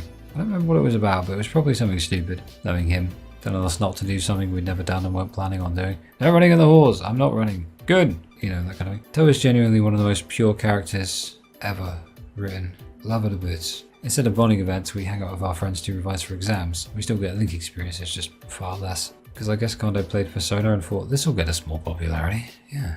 And he was right. Ferris is really lovely. Always liked her. She's very insecure, but it makes her relatable. Rean actually uses an umbrella if you head out into the rain. Nice touch. What a pussy. Beryl's outside, up on the roof, and uses her psychic powers to help us in orbal science. This probably sounds like I'm trying to make a joke, but I'm not. It actually happens. Play the game, you'll see. You can visit Celine in the library and give her fresh milk. Eventually, she'll start spitting out various items for you in return, like serum powders and serum capsules. Meow. Meow. Meow. Well then, if you'll excuse me, Master Rean. And now midterms. I don't see it talked about much, but there's actually a really good tactic to ace all of these exams that the game doesn't actually tell you about. It's called User Guide. Then again, I still got one wrong because I misread it, so use a guide and don't be an idiot like me, and you'll get it just right. It's designed to be played multiple times. You can't hang out with everyone at once. Some people give you certain answers, blah blah, etc. At least I got something good out of this downpour.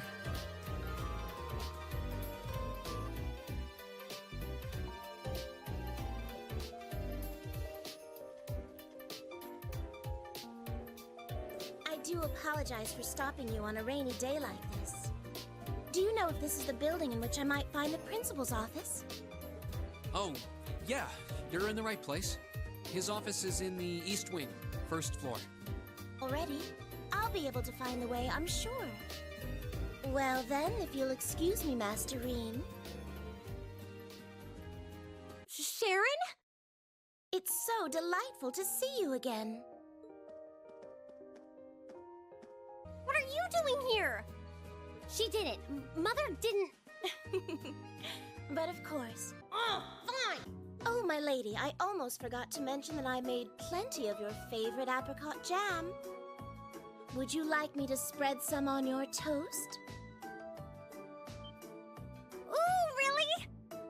I love the emojis on the characters' heads. It's been a thing since the early days, but I love how even though the graphics and engine improve each game, Falcom never ever got rid of the teardrop effect, or the sparkly effects, or the question mark thingies that pop out of their heads. It's been there since the Lego Chibi days. It's really charming. I hope they never get rid of it. Another one I like is when the screen shakes just a little bit when someone says something loud. I don't know if anyone's noticed that.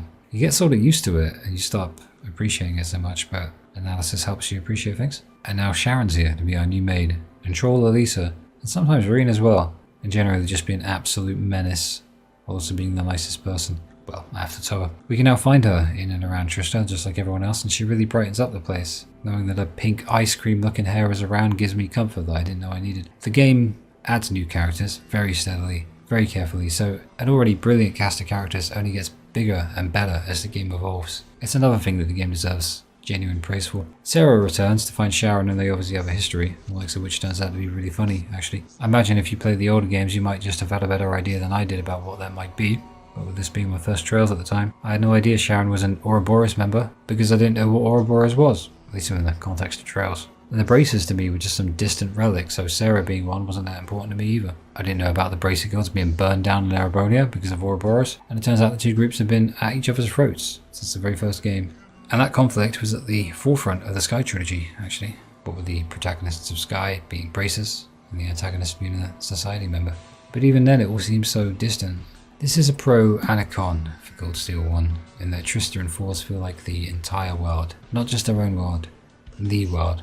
And with Misty, we actually have 2 Ouroboros members in Trista on some nights, alongside a member of the Grasritter, and even a former and future general of the Erebonian army, and sometimes the prince. We're basically the safest place in the world until the end of the game. Rean gets a letter from Elise, but no one cares, so let's get to Patrick being a pompous ass and challenging our class to a fight. After beating his ass, he goes full shitposter, and Gaius of all people sets him straight. That's right, it's the one moment in the entire Erebonian arc, in all the Trails, where Gaius has like a moment, a Gaius moment, and still all I hear is wind. Today's mint screw up of the day is that she answered all of her exam questions correctly, but put the answers in the wrong section. So Makarov, her uncle, has to be up early to preside over her volunteer work. Mary watches on amused, and hopefully Makarov sees this and proposes to her one day, like 4 games from now, with an apple.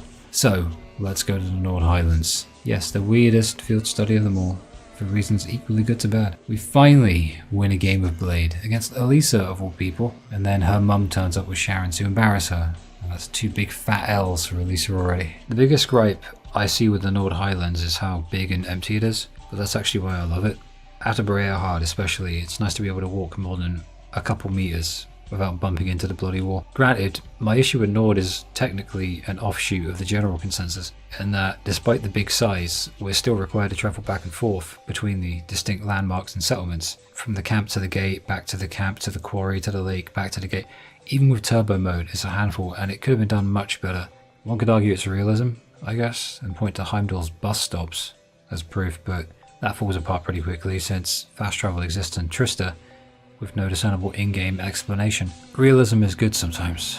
Sometimes though, that's the thing, it's just sometimes, and at other times it makes the game an absolute slog. I certainly understand the idea of getting the player acclimated to the place with repeated trips back and forth, but there's about 200% more of that back and forth stuff than there really needs to be, in my eyes. That said, it's beautiful here. Graphics, you know, they bend the knee to art direction, and I'll never say that they don't. And here's more proof because there's more colour here too. Much more colour, alongside the very reverberant landscapes that seemingly stretch on forever. The lake is great, the quarry is mystical and inviting, and the sound is good too, especially the music. But you can also hear the sounds of nature, and the hills and the fields are a unique take on an otherwise very urban setting with this game at times. Basically, it's a beautiful departure from what we've come to know, so I really appreciate the Nord Highlands. This chapter might pretend to be Gaius' chapter, but it's actually Elisa's, and that's fine by me. The overall arc is interesting here because Nord is the filling in the Erebonian Calvardian sandwich. It is this game's geopolitics, much like Crossbell, but Nord and Erebonia are buddies. But because this video was looking set to be quite long, like at least 10 or 20 minutes, I'm gonna simplify it and say that in lore terms, the reason for this is that Drycles the Lionheart began his ascent to the throne in Nord, where he first started recruiting for his army, and so the two nations have very deep ties and pledged to be friends forever. Zex Vander was in the Labelle arc in Trails in the Sky, so this is a return of a very old character and his debut in 3D. In the Erebonian military, he's a big deal. The 3rd Armoured Division is his one, and the Vanders go way back to, all the way back to Sky the First as well, because these guys are the protectors of the royal family. In Cold Steel 3, a new, smaller, annoying Vander who's never been mentioned before up until then will magically appear out of thin fucking air and be an uppity twat for a lot of the time, but these were the glory days. We meet Gaius' family at the settlement, aka the Wind Collective, and they share a meal. Oh, bless the wind. Anyway, as always, let's talk about food in great detail. Yes, again, you know it's Trails when you just know. Best skybox in the game right here. Skybox of the year. The yellow and the blue look like a Bob Ross painting, and I absolutely love Nord in the morning. It's the only thing that comes close to Trista's skybox. I love the addition of the giant statue here. Adds to the atmosphere of the place, very foreboding but very pretty at the same time. and we'll be told what exactly this is later in the arc, but for now he's just a mysterious statue thingy. Turns out it's very, very important. Well, it was before it became a rock. One might even say this statue looks lost. Now that joke was great. One might even say a great one. Imagine the two people watching this like, hey, I played Cold Steel 4. Luke, go to sleep. Lake Lacrima, Fort Cortina, I don't know. It might be my favourite place in the entire game after Trista. Wouldn't mind living here. Elisa's creepy but also kind of based grandpa, Gwyn Reinford, lives here too. He was in charge of the company before Elisa's mum, Irina, forced him out of it essentially. Now he lives among the Nord people. He embarrasses Elisa a lot and tries to hook her up with Rean. He's funny. I won't act outraged because he's a perv. He's a funny perv. An honest perv. In other words, the quintessential Falcom fan. Rean and Elisa's heart-to-heart is surprisingly genuine from a series that has about a 50% success rate for anything even vaguely romantic in its undertones. But it's here that I realise how similar Rean and Elisa are. Now I know this kind of thing devolves into harem and shipping bollocks, but I genuinely don't care, so don't expect me to. It's all non-canon in terms of who you choose anyway, and I don't care, like I said, but I can't help but feel as though it would have been better to just have Rean get with Elisa. And I understand I've just nuked some people's entire personality, but yeah, I'm well aware he has good chemistry with many of the other girls. He has good chemistry with all of them, but it would have rid us of this vapid and unnecessary harem mechanic, and also allow the other girls to have more dynamics within their own character arcs and personalities and not have to rely on Rean so much. They could have two other class members like fall in love. It's so weird that they don't. I mentioned it many times, but it's odd. But it's obvious that, at least at some point within the conceptualization of the game and the production of it, Elisa and Rean were meant to be a thing. The bumping into each other thing, the tits in the face five, I mean, Elisa getting jealous throughout the whole game. It's obvious that this was their plan. It's also worth pointing out here that Elisa can be funny when she gets jealous, but it makes less sense with the harem thing. I guess what I'm saying is, Falcom could have saved all of the less sex-obsessed fans from having to scroll past all of these bloody arguments about best girl every bloody day on social media that you check. They could have saved us by simply omitting it and focusing on these two. It could have been like Estelle and Joshua, but without them calling the same dude Dad. I love this scene. After the serious, Eustace brings the comedy by trolling Elisa again like he did earlier. Emma brightens up the mood by being a timid Becky, and Gaius and Rean share a moment as the camera pans up to the stars in the sky. I keep wanting to talk about the stars in the sky. You won't know what my obsession with the stars in the sky is unless you've watched Kai no Kiseki or eventually play it, otherwise known as Trials Beyond the Horizon. But once you played it, you might come back to this and think, oh yeah, that's why Luke's so obsessed with the sky. Right now you're probably thinking, is it because of the name of the first game? Ah, the mysteries. Occasionally, Falcom can produce a genuinely heartfelt scene like this, complete with great character dynamics, beautiful scenery, great choreography, and lovely little injections of humour and lightheartedness. This is a Falcom I like to remember. And I think it goes to show that having a producer and a director working together with a unifying vision really does help to keep things on the rails, which unfortunately will be lost in later games. But in Cold Steel you could feel it. Even if you didn't like where the direction was, it felt like it was going somewhere, to a degree. And then the watchtower is attacked with missiles. Oh, wind! Hey motherfucker, come back, you bumped my horse, motherfucker. The next day is spent investigating it like a mixture of braces and detective work, and our results take us to discovering Milliam, the blue-haired ice cream, who is a shiny beam of anime light, whereupon we fight her, beat her up, and then make her friends with us.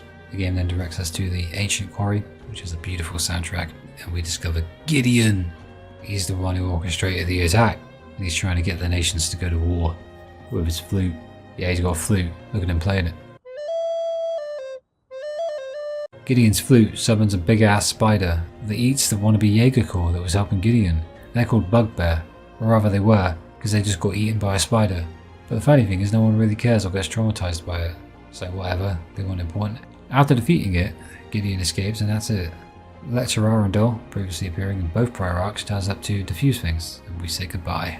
That is the Awkward Chapter 3. Awkward but lovable. You wouldn't happen to know anything, would you?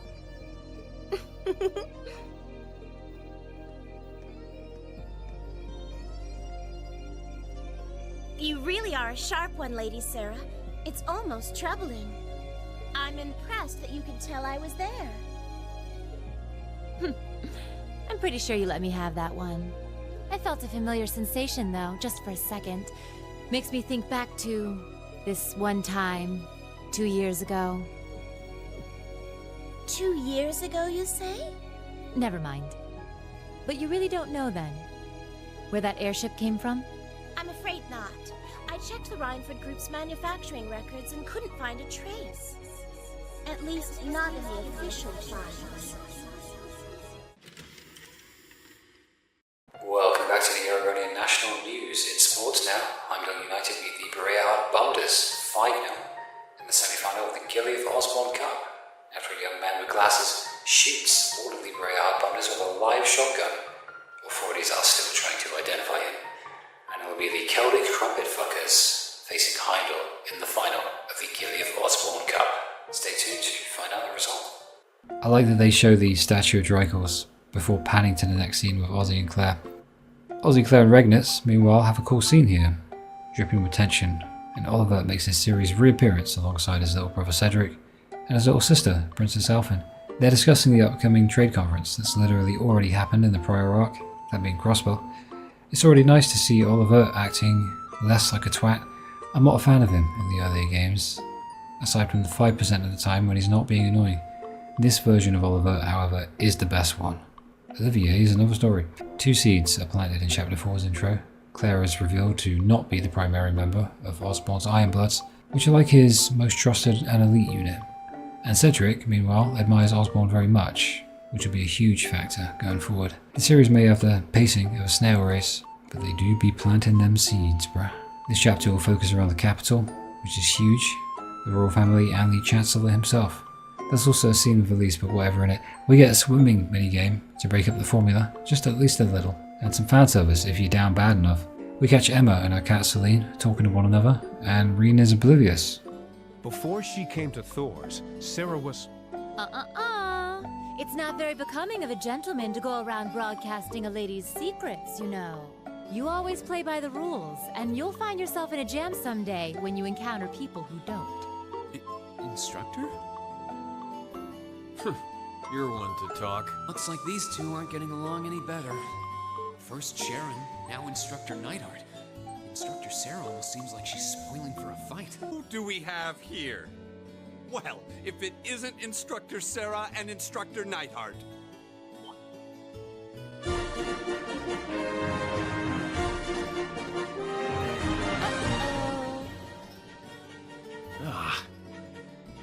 Instructor Thomas? Oh, and young Rean is with you too. Simply marvelous. It looks like you're having a downright jolly time. Would you mind if I joined you? I'm not sure that would be... Actually, I was just leaving. Come along, Rean. We need to hurry back to the dorms now. We do? Oh, but while we're all together like this, what say we have a few drinks together and enjoy some quality faculty bonding time? I heard the two of you really know how to hold your liquor. I'm afraid I really... I've actually just been hit with the overwhelming urge to drink alone in my room tonight. Now, there's no need to be shy.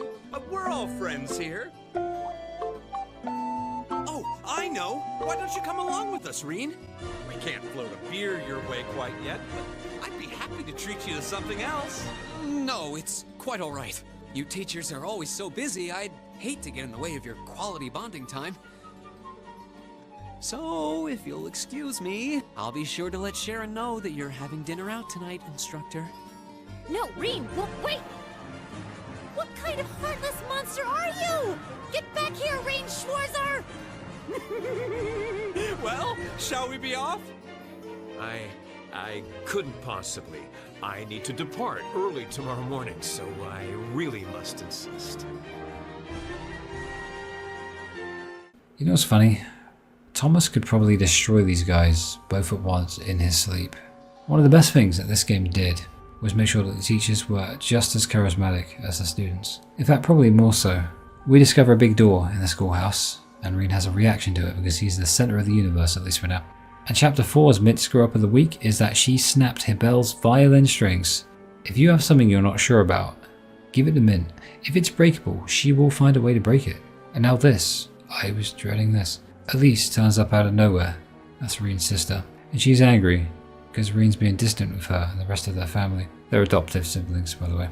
And you think fair enough, right? They should be annoyed with them for being distant. But the thing is, they drag it on way too long with the Finding Elise segment. We have to look all around the school.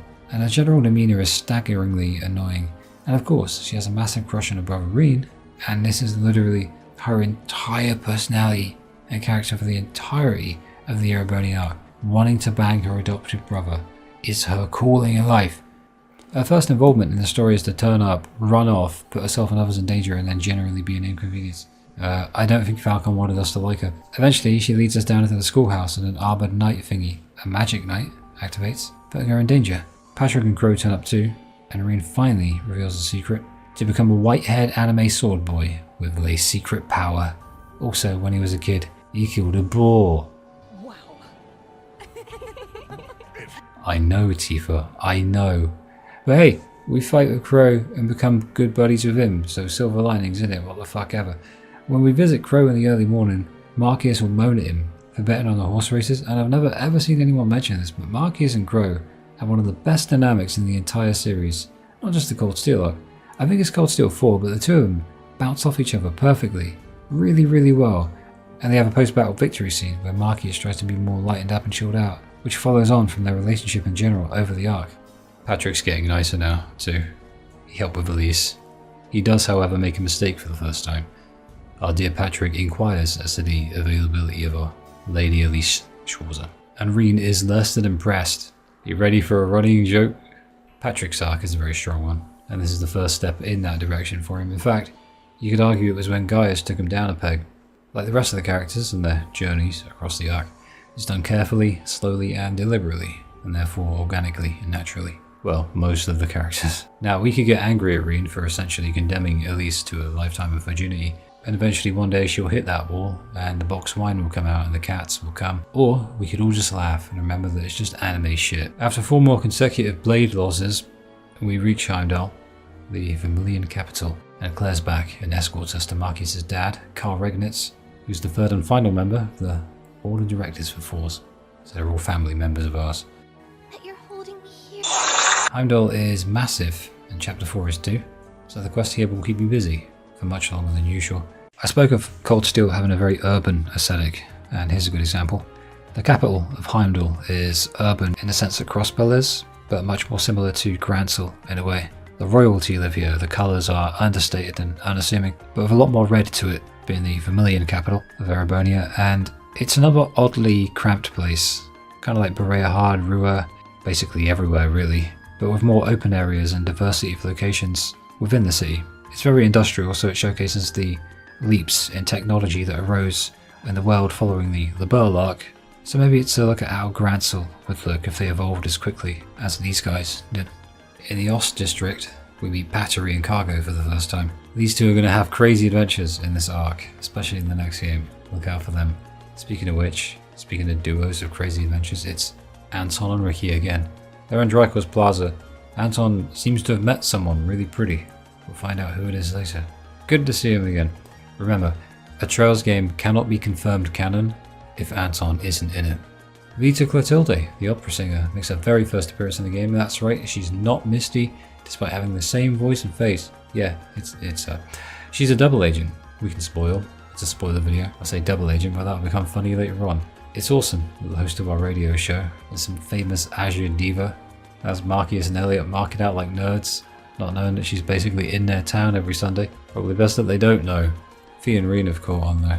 And then Heimdall, with its underground dungeons. I will say right now that, despite hating dungeons, typically, what I really hate, I think now, is long-winded, annoyingly protracted dungeons. The Cold Steel's dungeons ain't that. They're usually not even overly long. You have turbo mode to further speed it up anyway, and because of that, I'm actually more inclined to hang out down here and grind for a while.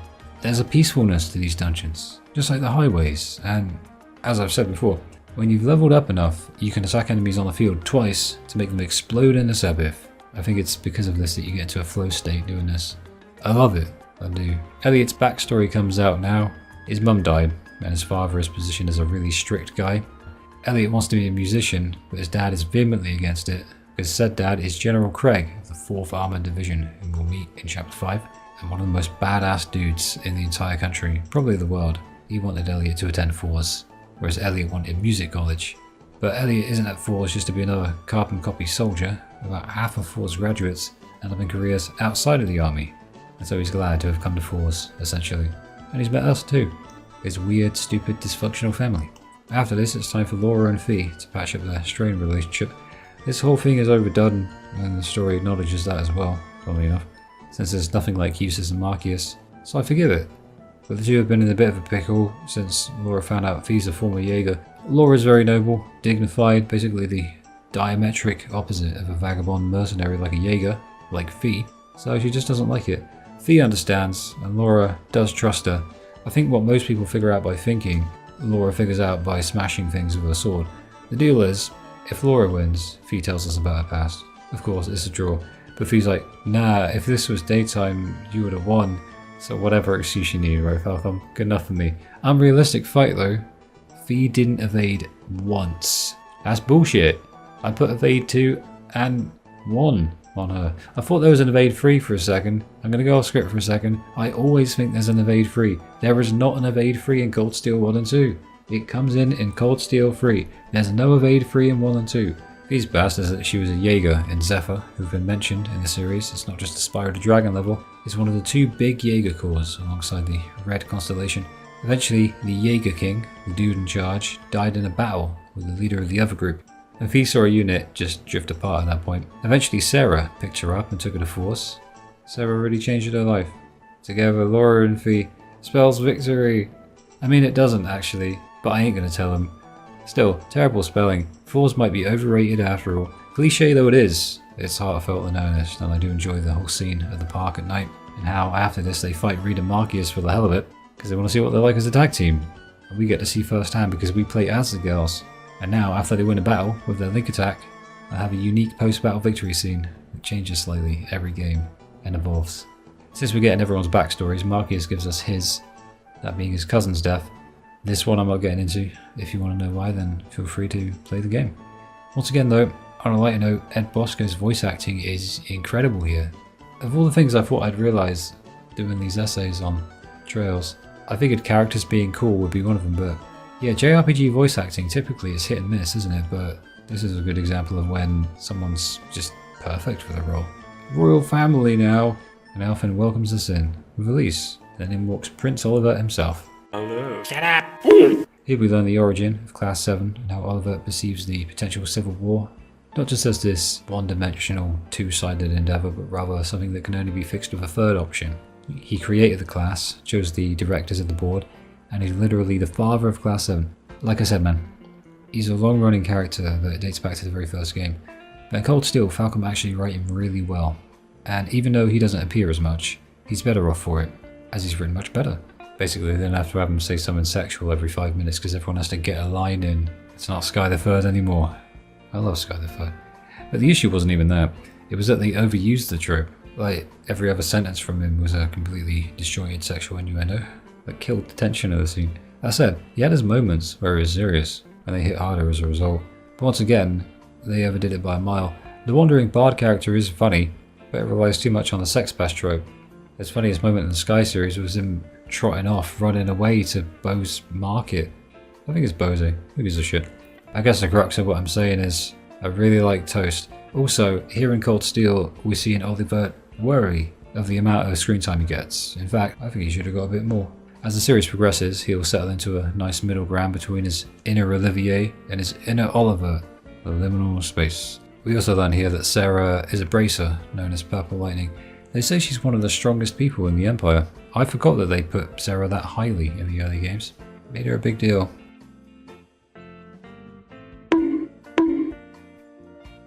She kind of loses that aura as the series goes on, I'll be honest.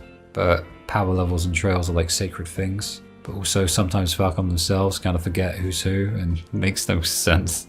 And then they just write someone in and go, no, this guy who's been introduced in the 75th game, this is the strongest man ever. Just wait for him to charge his orbital gun with his USB-C. Well, after this is the Royal Procession for the Summer Festival. and the baddies attack the entire city, with Gideon taking the princess and Elise hostage. We've taken the princess. What are you planning? I don't plan ahead. Plans are for nerds. You son of a bitch. I correct it. Just give us back Alfin. You can keep Elise instead. We head in to save him and finally get a look at who the bad guys really are. Okay, they're the Imperial Liberation Front. They're not DILF, they're ILF. They're opposed to the Chancellor's aggressive policies. Not about donuts, but rather the annexing of the entire world with Osborn's war boner. Fun fact, Gideon's demonic flute is an artifact. I was surprised to hear this, but when you think about it, what the hell else would it be? Artifacts are ancient weapons and items that predate the Great Collapse, and they carry properties that seem to go beyond human comprehension. Some are awesome, some are useful, and some are just flutes that summon monsters. I wouldn't mind a demonic flute of my own, I shouldn't make fun of it. I shouldn't make fun of Gideon either. The leader, C, defeats us in an unwinnable fight because once again this is Trails, specifically Cold Steel, but we did stop the attack. So they take off and leave. Basically they were testing us and blah blah blah anime. The scene with Osborn carries a legit gravity that I love. This scene is fantastic. Makes me nervous. Everyone, even Sarah, they're on edge. It's mere presence. He's been in this series for a long time as Chancellor Gilead Osborn, I should say, and he's earned this reputation by being merciless in his expansion of Erebonia and its military. You can tell they're positioning him to be a main character going forward. And he commands a giant 70% of the Erebonian military. Rean has a very visceral reaction with his chest mark upon seeing Osborn. And this is not a coincidence, but hey, we saved the day, and so ends the beefiest chapter in the game. Quick, huddle up. We are the Donut Liberation Front. Or DLF for short. Or maybe DILF. Maybe not that. In our hearts, the icing of the donut. In our hands, my dick. But first, a word from our sponsors. Annex the world with Ozzy's Imperial Donuts. Come on in! Righto.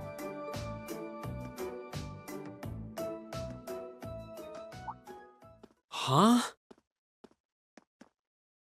Crow? But isn't he a second-year student? I'm Crow Armbrust. Starting today, I'll be joining you fine folks as a member of Class 7. It's gonna be pretty sweet, guys. Back in his first year, he slacked off so much that he ended up failing a few of his classes. Then he came crying to me in a panic like, oh, me Instructor Sarah, they're not gonna let me graduate. I thought you forgot I was out in the hall!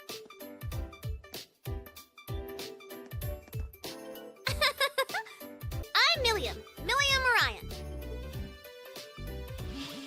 And this here's Aragetlum, but we'll just call him Lammy for short.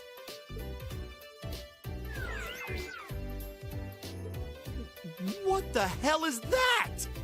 Holy crap! Perfect timing, this far into the game, but with a good 3 chapters still to go. The game's habit of knowing exactly the perfect moment to freshen up the formula, ever so slightly, continues right up to the latter stages. It's really good at that. I sometimes wonder if Falcom know how good they are at that. Crow fits in perfectly, and Milliam fits in double perfectly. They don't just have great dynamics with the existing members, they bounce off each other as well. Like Lammy bounces off of the walls. Drinks are on me someday. If chapter 2 is my favourite, chapter 5 is a close second. Not just because it's the first chapter to take us to 2 separate places, thereby depriving us of the formula, at least a little, but because it submerges you in atmosphere in the first half. The ground feels medieval, Lohengrin Castle feels like an old novel come to life, and even the surrounding forests feel like something out of a picture book. All of it tells the story of Erebonia's past, of Drycalls, Nord, Leanne Sandlot, the War of the Lions, and Awakeners and Divine Knights, and most of it is unknown to the player at this point. As Crow sleeps in the corner, we learn of this, War's hometown of the Graham Lohengrin Castle, now it's the base of operations for the Eisenritter. The Eisenritter were Leanne Sandlot's group, with Leanne being Drycalls' second in command. Also, an ancestor of Laura's was Leanne's most trusted confidant and second in command. Good news! These flowers are starting to bloom. Since she joined the gardening club, they weren't doing so well, but now she settled things with Laura, her flowers have decided to be healthy again.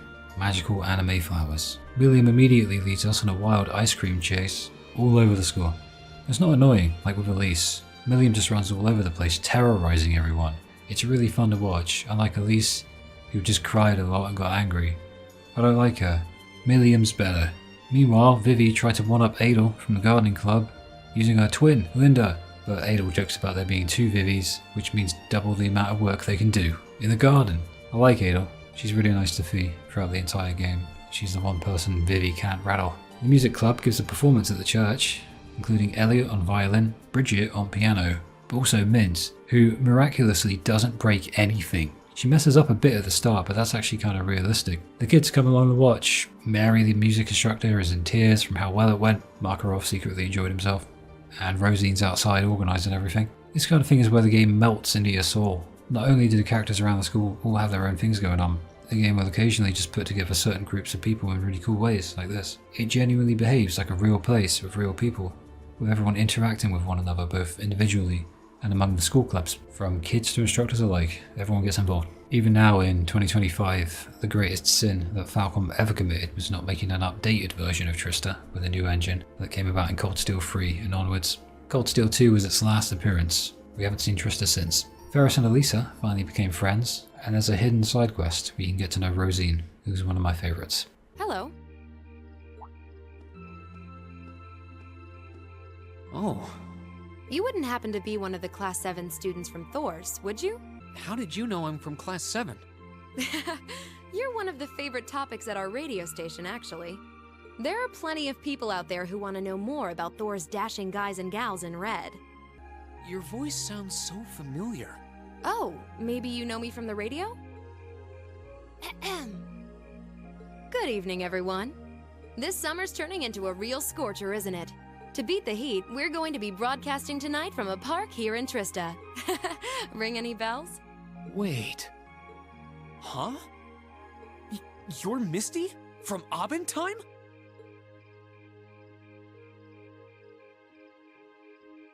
Bingo. You must be quite the avid listener, recognizing my voice so easily. Glad to know I've got a faithful fan out there. If I'm not mistaken, we met once before. In a hotel in Heimdall.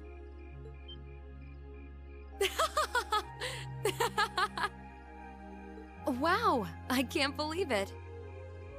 I never figured anyone would actually catch on. So you really are her! The Azure Diva herself! Vita Clotilde! Right you are once again. And give my regards to those two, would you?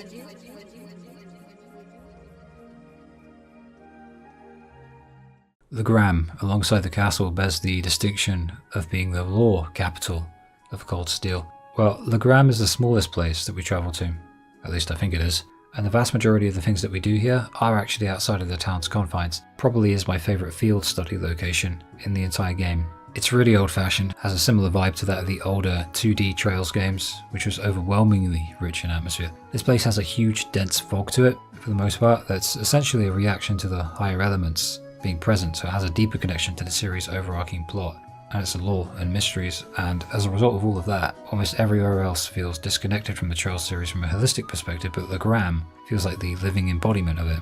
The castle especially, it has deep ties to Leanne Sandlot and the Eisenritter, so that certainly helps. It's my favourite, probably. Toval is our main man at the Bracer Guild, and we talk a bit about Viscount Arcade and how he's on par with Cassius Bright from the Sky trilogy. That takes some doing. Eventually he returns, and he's really nice. Fathers embarrassing their kids is a staple of Cold Steel, and the awkward looking Cold Steel hug. He senses that Rean has a darkness within him, and the two agree to a duel, in which Rean temporarily activates his power, and Victor destroys us still. The two bond a fair bit, and Victor wants him to face the power within him. Rean being so afraid of his power stems from him killing a boar that tried to kill his sister when they were kids. Rean didn't hurt anyone innocent, anything like that. Ethically speaking, his hands are clean. Why is this important? Well, Falcom desperately wanted him to be the edgy protagonist, right, with a dark background, but also wanted him to keep his hands clean because obviously he's called their self-insert. I don't know if that's a joke anymore. They wanted to be marketable as well. So this contradiction in writing will follow him to the end of the 5th game in the arc and never go away. His so-called depression and his self-confidence issues all stem from this shallow writing, but I like Victor. So any excuse to have a scene, one of the coolest badasses in the game, is fine by me. And watching Rean use his weird flickety-flam power is really cool as well. The edgy sword boy with the secret power is fun to watch when he messes stuff up. I'll say that. So, while back in the day I got kind of annoyed with it, I will instead spend the rest of this arc laughing at Falcom's attempts to make Rean seem deeper than the shallow self-insert he is, for the most part, while also appreciating when he actually does have depth. And I will sleep much easier at night, knowing that it makes many people seethe. I will say it here, I do like Rean quite a lot of the time. He can be funny, and he can be very cool when he's not friendship speeching or whatever. Annabelle has found her way from Celtic to the Gram, somehow. She's come a long way from the pampered noble who lost her wallet in Celtic in Chapter 1. Duke Cayenne, who's the biggest, snobbiest noble bastard of them all, turns up and he tries to pressure Victor, of all people, into siding with the nobles, and he's like, "But you're neutral. You shouldn't be offering the Imperial soldiers training and being neutral. You're one of us. One of the good ones. Come, Victor. Come with us." That kind of shit, you know. But he is neutral. Note also the two Jaegers here. They are Jaegers. Did I just spoil that? Who cares? They're very funny. They're very badass. I like them a lot. Just don't make any moves on V. They'll evolve interestingly as the arc goes on as well. It's funny looking back at how seemingly inconsequential characters were as they were introduced in such minor ways. And now the Gram has to come to an end with some trouble in the castle.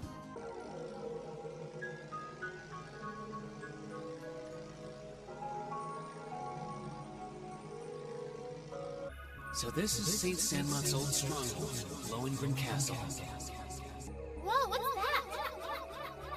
Something strange about the castle. Is that glow just the moonlight? So this is Lohengrin Castle. The ancient stronghold of St. Sandlot, gathering place of the warriors of old. Looks even more beautiful up close.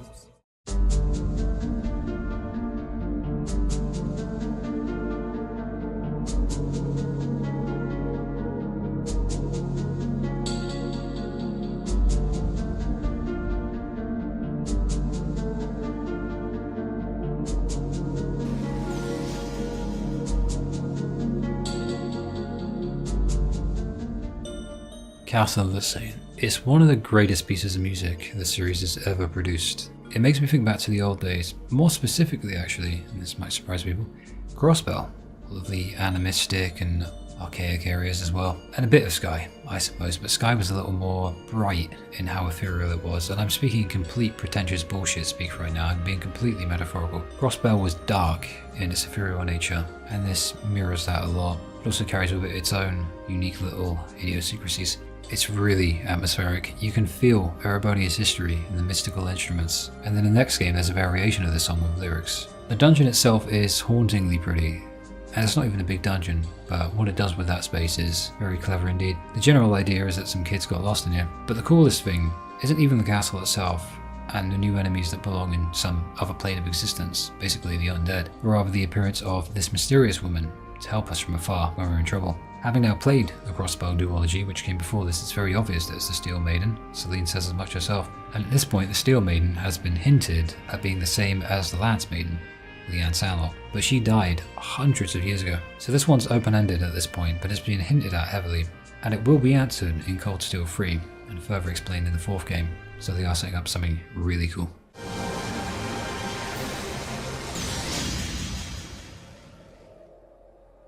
What? Huh? What was that?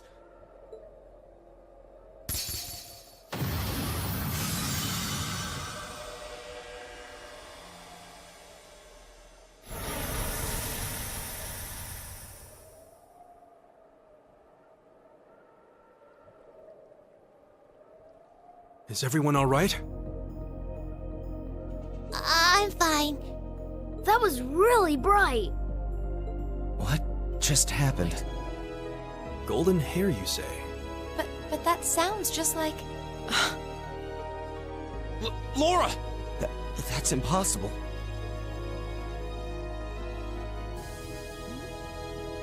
What's everyone all excited about?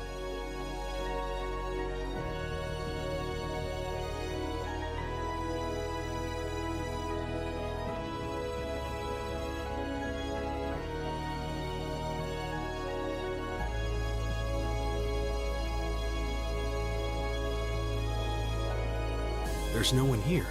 Not that I honestly expected there would be.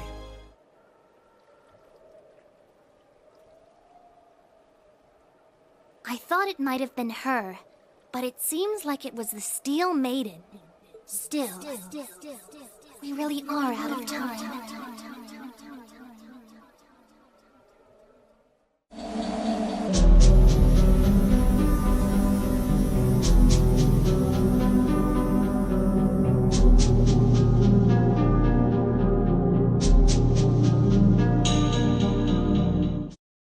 It's the time of the trade conference in Crossbell, and a little Cold Steel retcon is that Toa attends as well. It's one of the more innocent retcons and I like it very much. It doesn't step on the continuity, and the Kai version, which was a re-release of Crossbell, actually included Toa in the game with a little scene where she talks about us.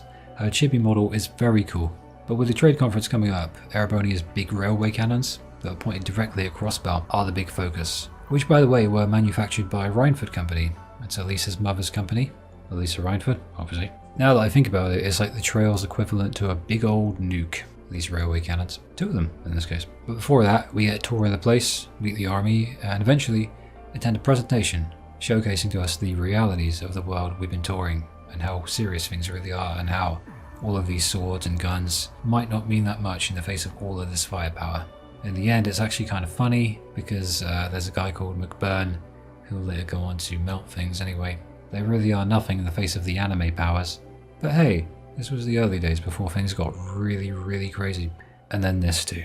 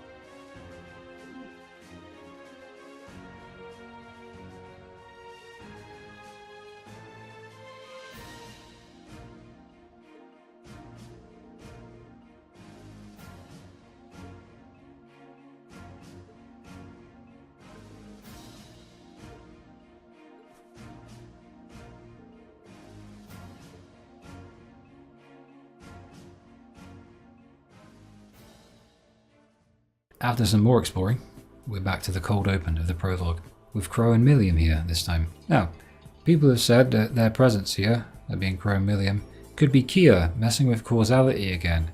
Kia Bannings, like in the Crossbell duology. I say Crossbell duology a lot because sometimes I'm like, which one's Zero, which one's Azure? Who cares? But I think that's given Falcom a little too much credit. I think they just wanted their presence in the class to come as a surprise, although I could be wrong, because that would be odd too, considering Falcom usually spoil massive things in their own OPs. Falcom make no sense. So I say, we roll with Falcom's weirdness today. We roll ourselves up and bounce our way down the road of friendship. The ILF are after the railway cannons to launch them at Crossbell during the trade conference, and they're making a lot of trouble over there too. But we are able to stop them by engaging them directly.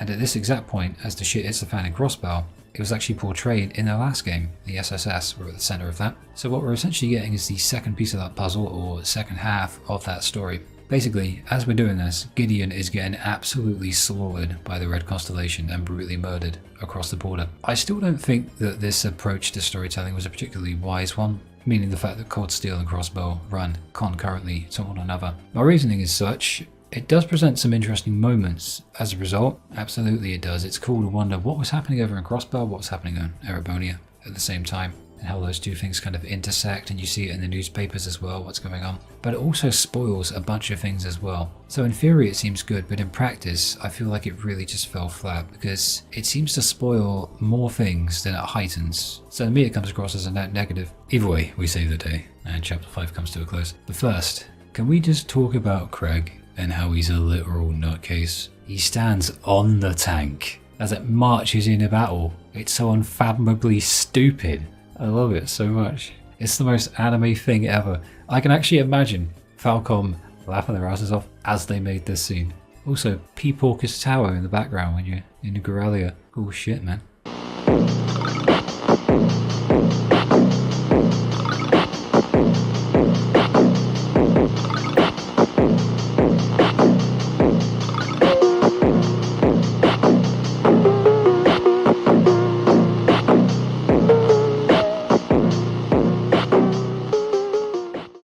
Ollie and Mueller are visiting alongside the other directors, and it's nice to see the big players visit the academy. They had a meeting about whether or not our class field studies should continue in the face of the worsening political situation, but they said we could still go to Ruhr for our final one. Oliver's inner Olivier is channeled here, but in a chill way. Doesn't go too overboard. Perfect middle ground. V's bonding event here in this section is great, where she gives flowers to loads of people. We get one too. Given the domination quartz to Laura with the Taurus Master Quartz equipped, makes the fight with Sarah very trivial, and many others too. But the moment with the class finally besting her in a practical exam is a watershed moment. That really encapsulates just how far the class has come. Not just in practical terms, but their bonds with each other. Long gone are the days where we're all at odds with each other in loads of incidents. We're now a well-oiled friendship machine. Sarah was obviously holding back though. It's trails. Of course she was holding back. Otherwise she'd kill us. Ruhr is the destination for this final field study, and Victor turns up with Oliver in an airship. Toval as well. The Courageous is its name. This is what Oliver's been cooking since he got back from the bar. He made a literal airship. Isn't that cool?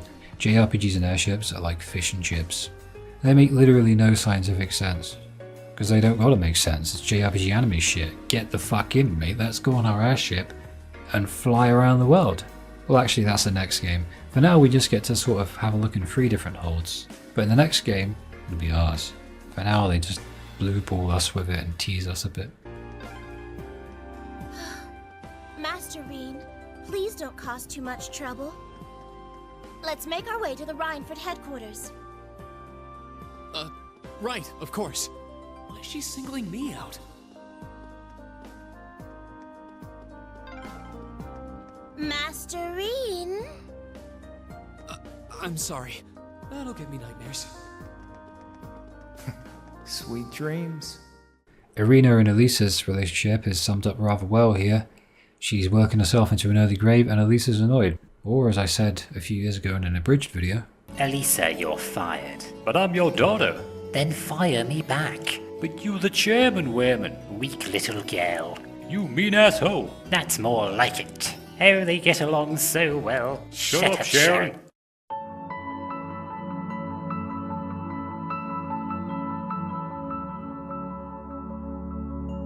Whoa! the dining bar F scene with Claire is kind of its own genre at this point. Oh!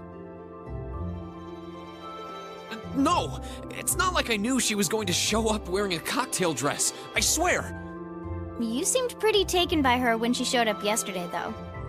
And your eyes were glued to her right up until she left the scene. Oh, really?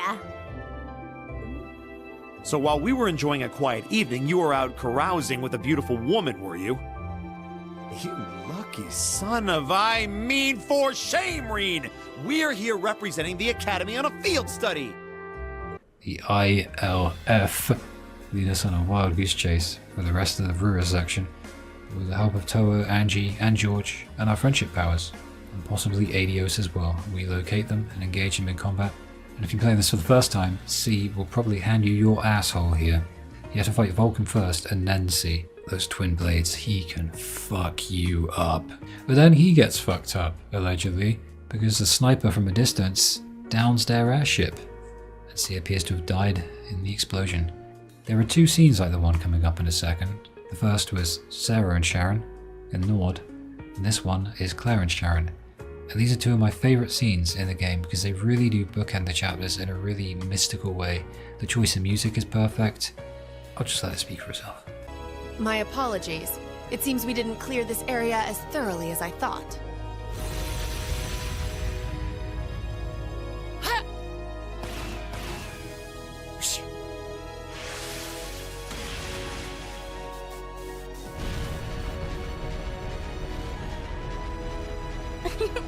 You have such splendid form, Lady Claire. It's an honor to see the famous Icy Maiden in action. You're quite the sight yourself. I see now why they call you the Severing Chains. It was nothing. But to answer your earlier question, Chairman Arena has no involvement whatsoever. That said, I'm certain she'll leverage the current goings-on to her advantage as much as she's able. I'd expect no less. As for the other, I expect they're simply playing around. At least for now.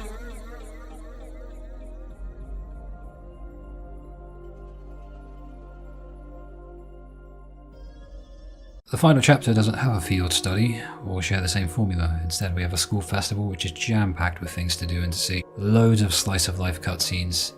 It's fantastic. You're the final dungeon, and it's all followed up by the big stage performance of our class concert, in which everyone turns up to watch, and the pressure's finally off for a while. It's a great reward for making it through the whole game and sticking with it, because it is an ordeal. It's a hell of an endeavor. I feel like this is the thank you chapter. It's like the love letter from Falcom to the fans. I never noticed before, but Elliot is literally shouting at us for getting things wrong. Yes, he is a taskmaster for our rehearsals, and I wish we could have heard it. He's also a little crazy. We'll see that as the series goes on. It's great to see this side of him. Meanwhile, Eustace and Marcus will proclaim their undying love for one another in the form of a duet, and Emma will be our magical girl or whatever. Heinrich's side quest is base as fuck. He's a big Risha Mao fan, and we gotta find his wallet with his picture of her in it. Unfortunately, playing the PS4 version on the PS5 causes this quest to freak out a bit with a little bug. And it glitches out. Thanks PS5 version for ruining the essay for me. It's a picture of Risha Mao, one of the greatest artists of our time, some dancer. For listeners, is also an assassin. They're known for their magnificent and passionate performances, complete with acrobatic feats would blow your dick. Arkansas represents a true fart, capturing the farts and eyes of those blessed enough to have a dick to wank off. Well, okay, I get it, mate. Because of the harem mechanic, you can choose who goes to Heimdall with you to pick up the outfits, and it will count as a point towards getting to dance with them. With Vita turning up, bringing Emma along with you, will trigger a unique scene that hints at their relationship involving a blue bird. Fee will be cute, Elisa will be nervous and mean but also loving, which sort of sums her up, and Gaius mentions the wind. Obviously. This time I chose Fee, because she gave me flowers and she looks funny in the sidecar, and she's a troll. You look like rejected princes from a children's book. I'm no stranger to cuffs, epaulets, and overdone embroidery. But it looks preposterous to see you wearing such finery, even if it is just a costume. Hey, I didn't ask for this! What sane man would want to dress like a noble? Besides, I hope you haven't forgotten that we'll be singing in these outfits, together! Sadly, despite my earnest attempts, I haven't. Fine. I suppose I'll just have to cast my shame to the wind and go through with it. Aww. It's not like I want to wear an outfit like this, but I'm not no. chance again, so come on, Emma. Just grin and bear it.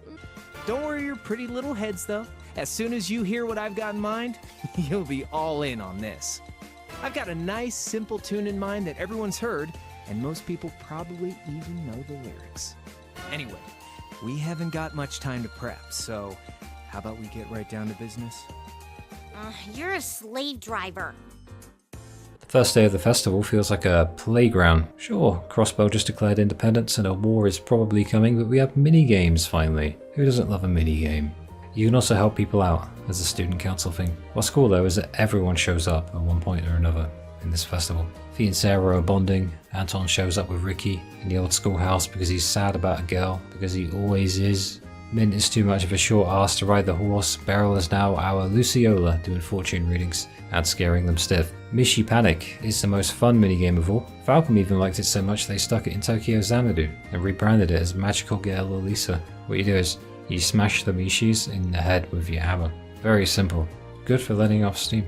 I don't think Mishi deserves it. Laura gets kind of sad about it and feels bad for Mishi, but she's a Mishi fangirl and she will one day bond with Tio over this. But Mishi's tough, he can handle it. Mishi's gonna be alright. Horse racing is incredibly stilted, it's janky, and it's wonderful. It's literally everything you'd expect from a shitty Falcom minigame. I love it to bits. Figuring out how to not ride into that fence like a twat is soul food. Pateri is offended by Thors and threatens to literally fight the school itself. Makarov, Mary and Mint all begin with an M, and it dawned on me right here actually as Mint tried to matchmake them. Mint's matchmaking Makarov and Mary, and Mary's totally into it. Annabelle has found her way here as well, starting in Celtic and then ending up outside the Gram, and now Thors. She gets around, and Gross stole Toa's chair, and she's angry. But even when she's angry, she's a beam of anime lights. Blade is still Blade, but it's ironic because the first game of Blade that I ever remember actually winning was the supposedly hardest one against the Blade Master herself, Sharon Kruger. Stella Garden is a nice place to look at, with a unique conversation with whomever you take in with you. Toa likes the sky and astronomy, so naturally I brought Sarah. The tea house is where we have our fortunes read. That's where I did bring Toa. And it's funny because Rean teases her for being a short ass.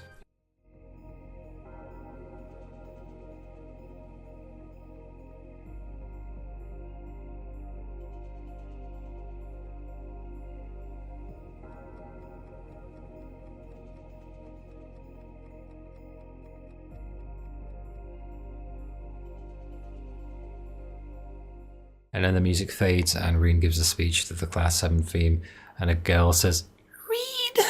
It's Emma. But it's Kino cringe. This time I can deal with it. Just this once. But you know what isn't Kino cringe? But just straight cringe. The fact that 2 minutes later, he gives another one!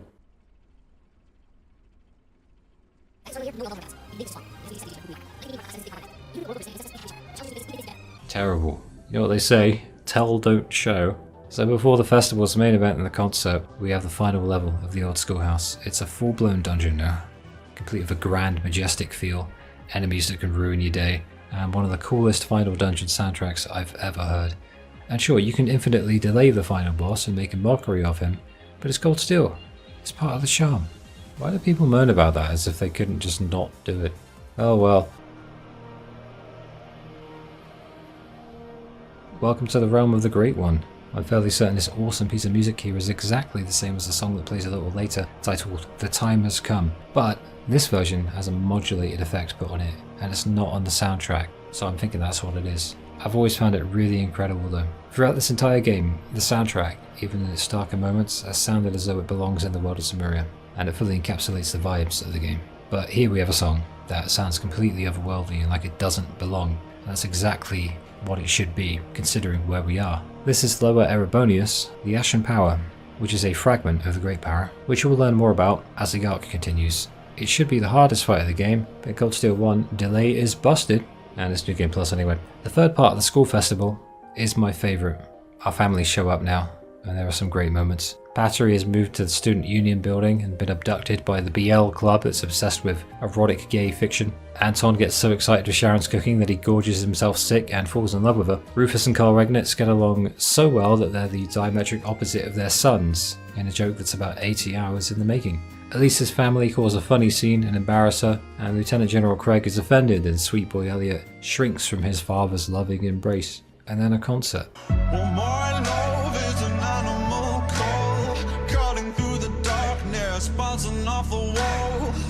I love the bonfire scene. Everyone's brought together and it really gives you a chance to decompress from everything. It's a scene that you have to earn in this game. Elliot, my boy! Your father's arms are ready and waiting for you to leap into them! During this playthrough, there's a character I found very positive, helpful, and impossibly cute. Also possibly the prettiest character in the game, possibly even the series as well. Unfortunately, Anton was busy, so we chose Toa instead. And then Crossbell nuked Gorelia Fortress off the map. Ah, yes, Kyo, the Sept-Terrion of Ice Cream Scoop. She took a big, great bite out of Gorelia for reasons that the Crossbell duology sheds light on. I'm tempted to cover it when I'm done with Cold Steel 2. Probably a bad idea if I miss any. So while Crossbell was going crazy, Class 7 were doing their stage show. Always makes me laugh. Here's a video of when I realised that via the old highlight videos. Alright, you've done it now. I've had enough. Get out my way. Right, so at this point in Cold Steel, I believe Rean is dancing with, well, that's up to you. They're all having a dance, but that's later on in the night, I think. I think news gets back to them later on. So whatever day that the Academy Festival dance happens, this could have been during that performance that Emma did with the class. Should I splice the music in? Whoa! Anime shit. Get off my country, bitch. You get... Whoa! That's how the ice cream scoop happened to Gorilla Fortress. But simply, Erebonia fucked around and found out because of a mystical tree girl. Grow goes missing next, and it's on us to find him. And Path of Spirit's place as we search the school, which is genius by the way. It originally plays just outside of the gram. There are two components to music in games: making the music and choosing when to use it. Using a highway theme from one of the most mysterious places in the game, especially in a place where only a specific set of songs are played, like the school, really does turn the scene on its head completely. The musical direction is genius here. This is something Falcom really dropped the ball with from Daybreak onwards, actually. And, you know, sometimes to be positive you have to be negative, but the Calvert arc, which seems haphazardly glued together in many ways, of which I can find a good example. There's a song called What Is Ahead of You. It's by Mitsuo Singer. It's a lovely song, like many of the Daybreak songs actually, but I lost count of the amount of times it played in that game. See, I played it for a bit and then I dropped it and I just watched the rest because by that point I was burned out of the series. It's only lately that I've really rekindled the passion with Cold Steel. I guess it worked in that regard, but I just kept playing it again and again and again, and I literally lost count of how many times that song played. It felt so insanely amateurish that I immediately thought back actually to how clever Falcom were with this game by comparison. The songs fit perfectly into the places and scenes that they are placed methodically into, and you can tell that there was genuine thought and care put into making sure the right songs were put into their right places. And that takes time and it takes thought. There are songs done by I think Unisuga and other Falcom composers that I don't even think work at the company anymore, that Falcom have in sort of like a storage room somewhere that they sometimes apply to new games. And funnily enough, Kai no Kaseki, Treasury on the Horizon, kind of gets some of that back. There are a few songs that I think are not only good but placed in the perfect spot. So maybe it was just a dip, but I feel as though the absolute apex of the musical direction in this series was essentially Cold Steel 1. Subjective though in all this. We learned that Crow has left and then slowly realised that he could be the C character, which actually took me off guard when I first played it, because he is C. But here's my excuse for not realising sooner. It was my first Falcom game, and I didn't think for even a second that it could be this obvious, from Crow disappearing when we fought C in Rua, to the identical initial in the name, meaning C. I figured it was just a red herring, or that it was actually Claire. But nope, it was Crow. And then he shoots Ozzy. Go finish your speech in hell.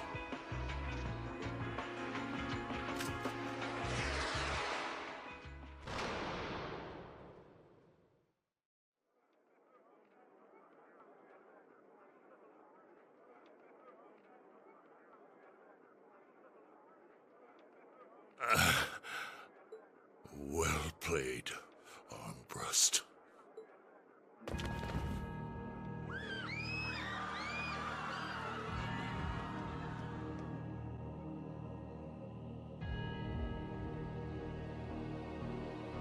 Well, that was anticlimactic. And there's our coup de grace. Now, just have to add the finishing touches. Hands in the air!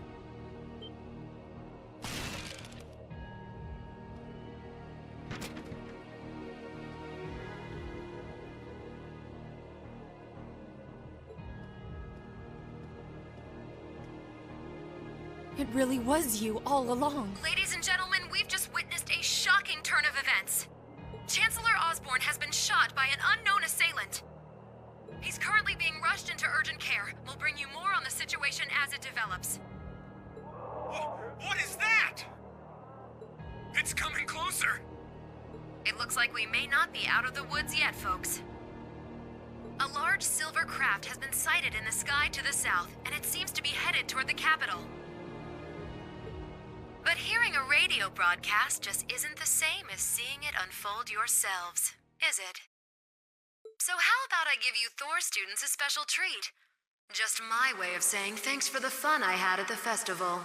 Wait, what's she talking about? Was she speaking directly to us just now? Resound, resound, O voice everlasting! Rend night's silent veil and reveal unto all the beautiful world!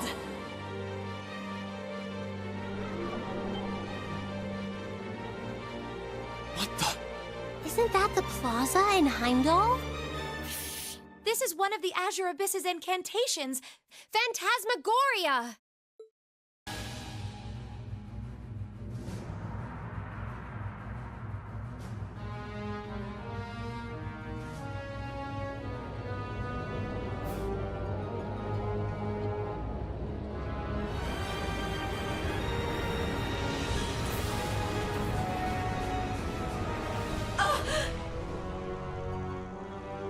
Where did he... What? But I've got my own score to settle. No! What?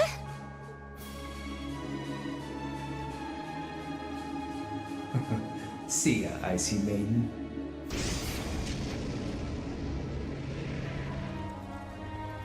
Man, that was a bit of a letdown, huh? I'll give him an A for effort. But we're talking about the Imperial capital here? Is that the best they could muster on their home turf?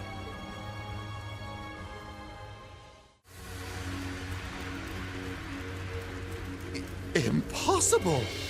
Are you even human? Oh, I'm as human as they come. Can't speak for the principal, though. Or Instructor Beatrix, for that matter. I'll say, our decorated veterans are putting the younger generation to shame. Now, there's no need to go around flattering old ladies, Nightheart. No need to be so modest, Beatrix. I don't know of any other old ladies who could reduce an armored car to a smoldering wreck that quickly.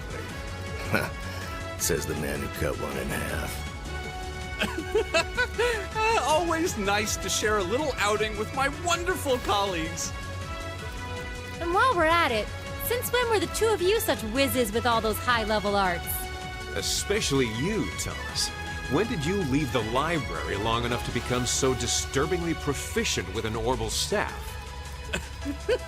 Well, you know me. I've always been rather taken with the mages of the Middle Ages. Time to see if the Army's finest up-and-coming officer has it where it counts. Same to you, Miss A-Rank Bracer. My!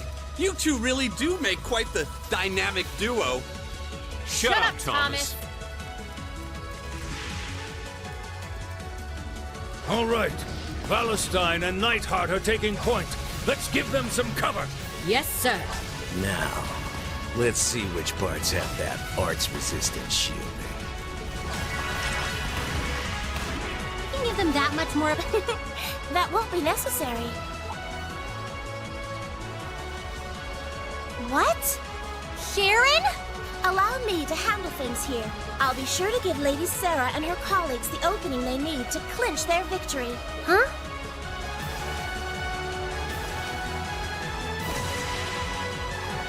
She's fast. I figured you'd show up sooner or later.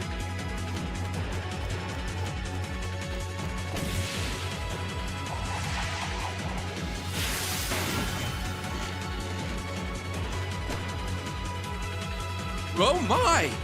Steel wires.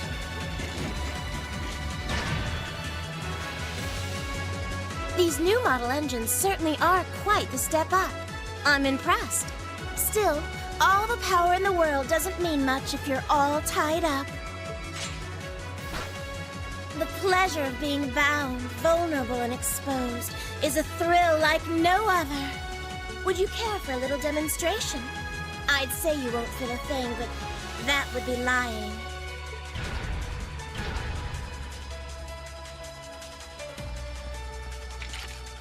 So you finally dropped the act, huh? Looks like you've even picked up a few new tricks since our little dust-up 2 years ago.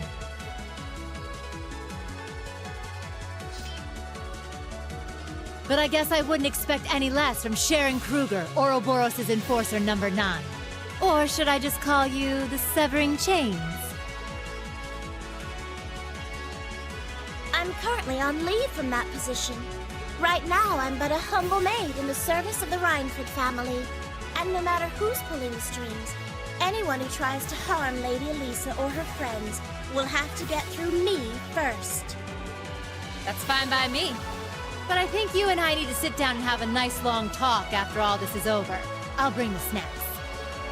Oh, look at them go! And as if that wasn't enough, Crow turns up in a Divine Knight, revealing the ILF are in league with the Noble Alliance, and he really is the bad guy. Dost thou desire the power? What? If thee and I are of one accord, a covenant can be made.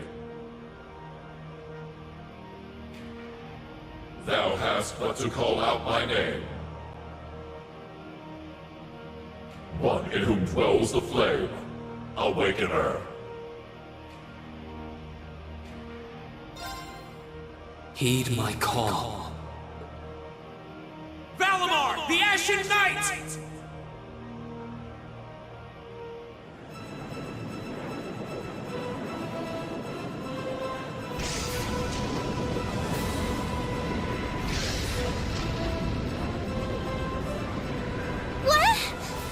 What the?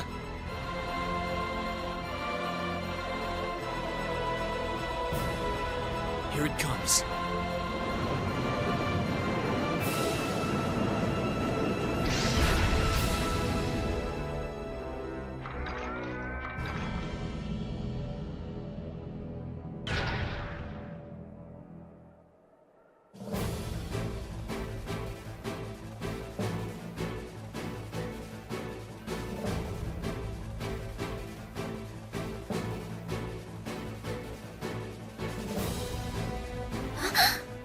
Rean, is this one of the great knights from the ancient legends? So the tales are true. You see before you one of the divine knights, incarnations of the great power, the Ashen Knight, Valimar. It's the first Divine Knight battle ever, and the next games will be full of them. And even in victory, Crow stomps us, which is equal parts realistic to annoying. You never like to end a game by losing, but it is a cliffhanger, so we'll bookend it at the end of the next game. And then Celine forces Valimar to get us out of Trista, while our classmates fight off Crow. It's a brilliant scene. Really, really well written. It's an emotional ending, it's technically a cliffhanger. But I forgive it, because it is the first game of the arc, and it sets things up so methodically and meticulously that you can tell that there was a genuine vision there, even if they did have to split it into 2 games in the end. And with that, the credits roll. That was one of the greatest endings to a game I've ever played. Good game, innit? Well, in a sense, you're effectively at the center of Class 7. Pardon? I'm not saying you're its leader, of course.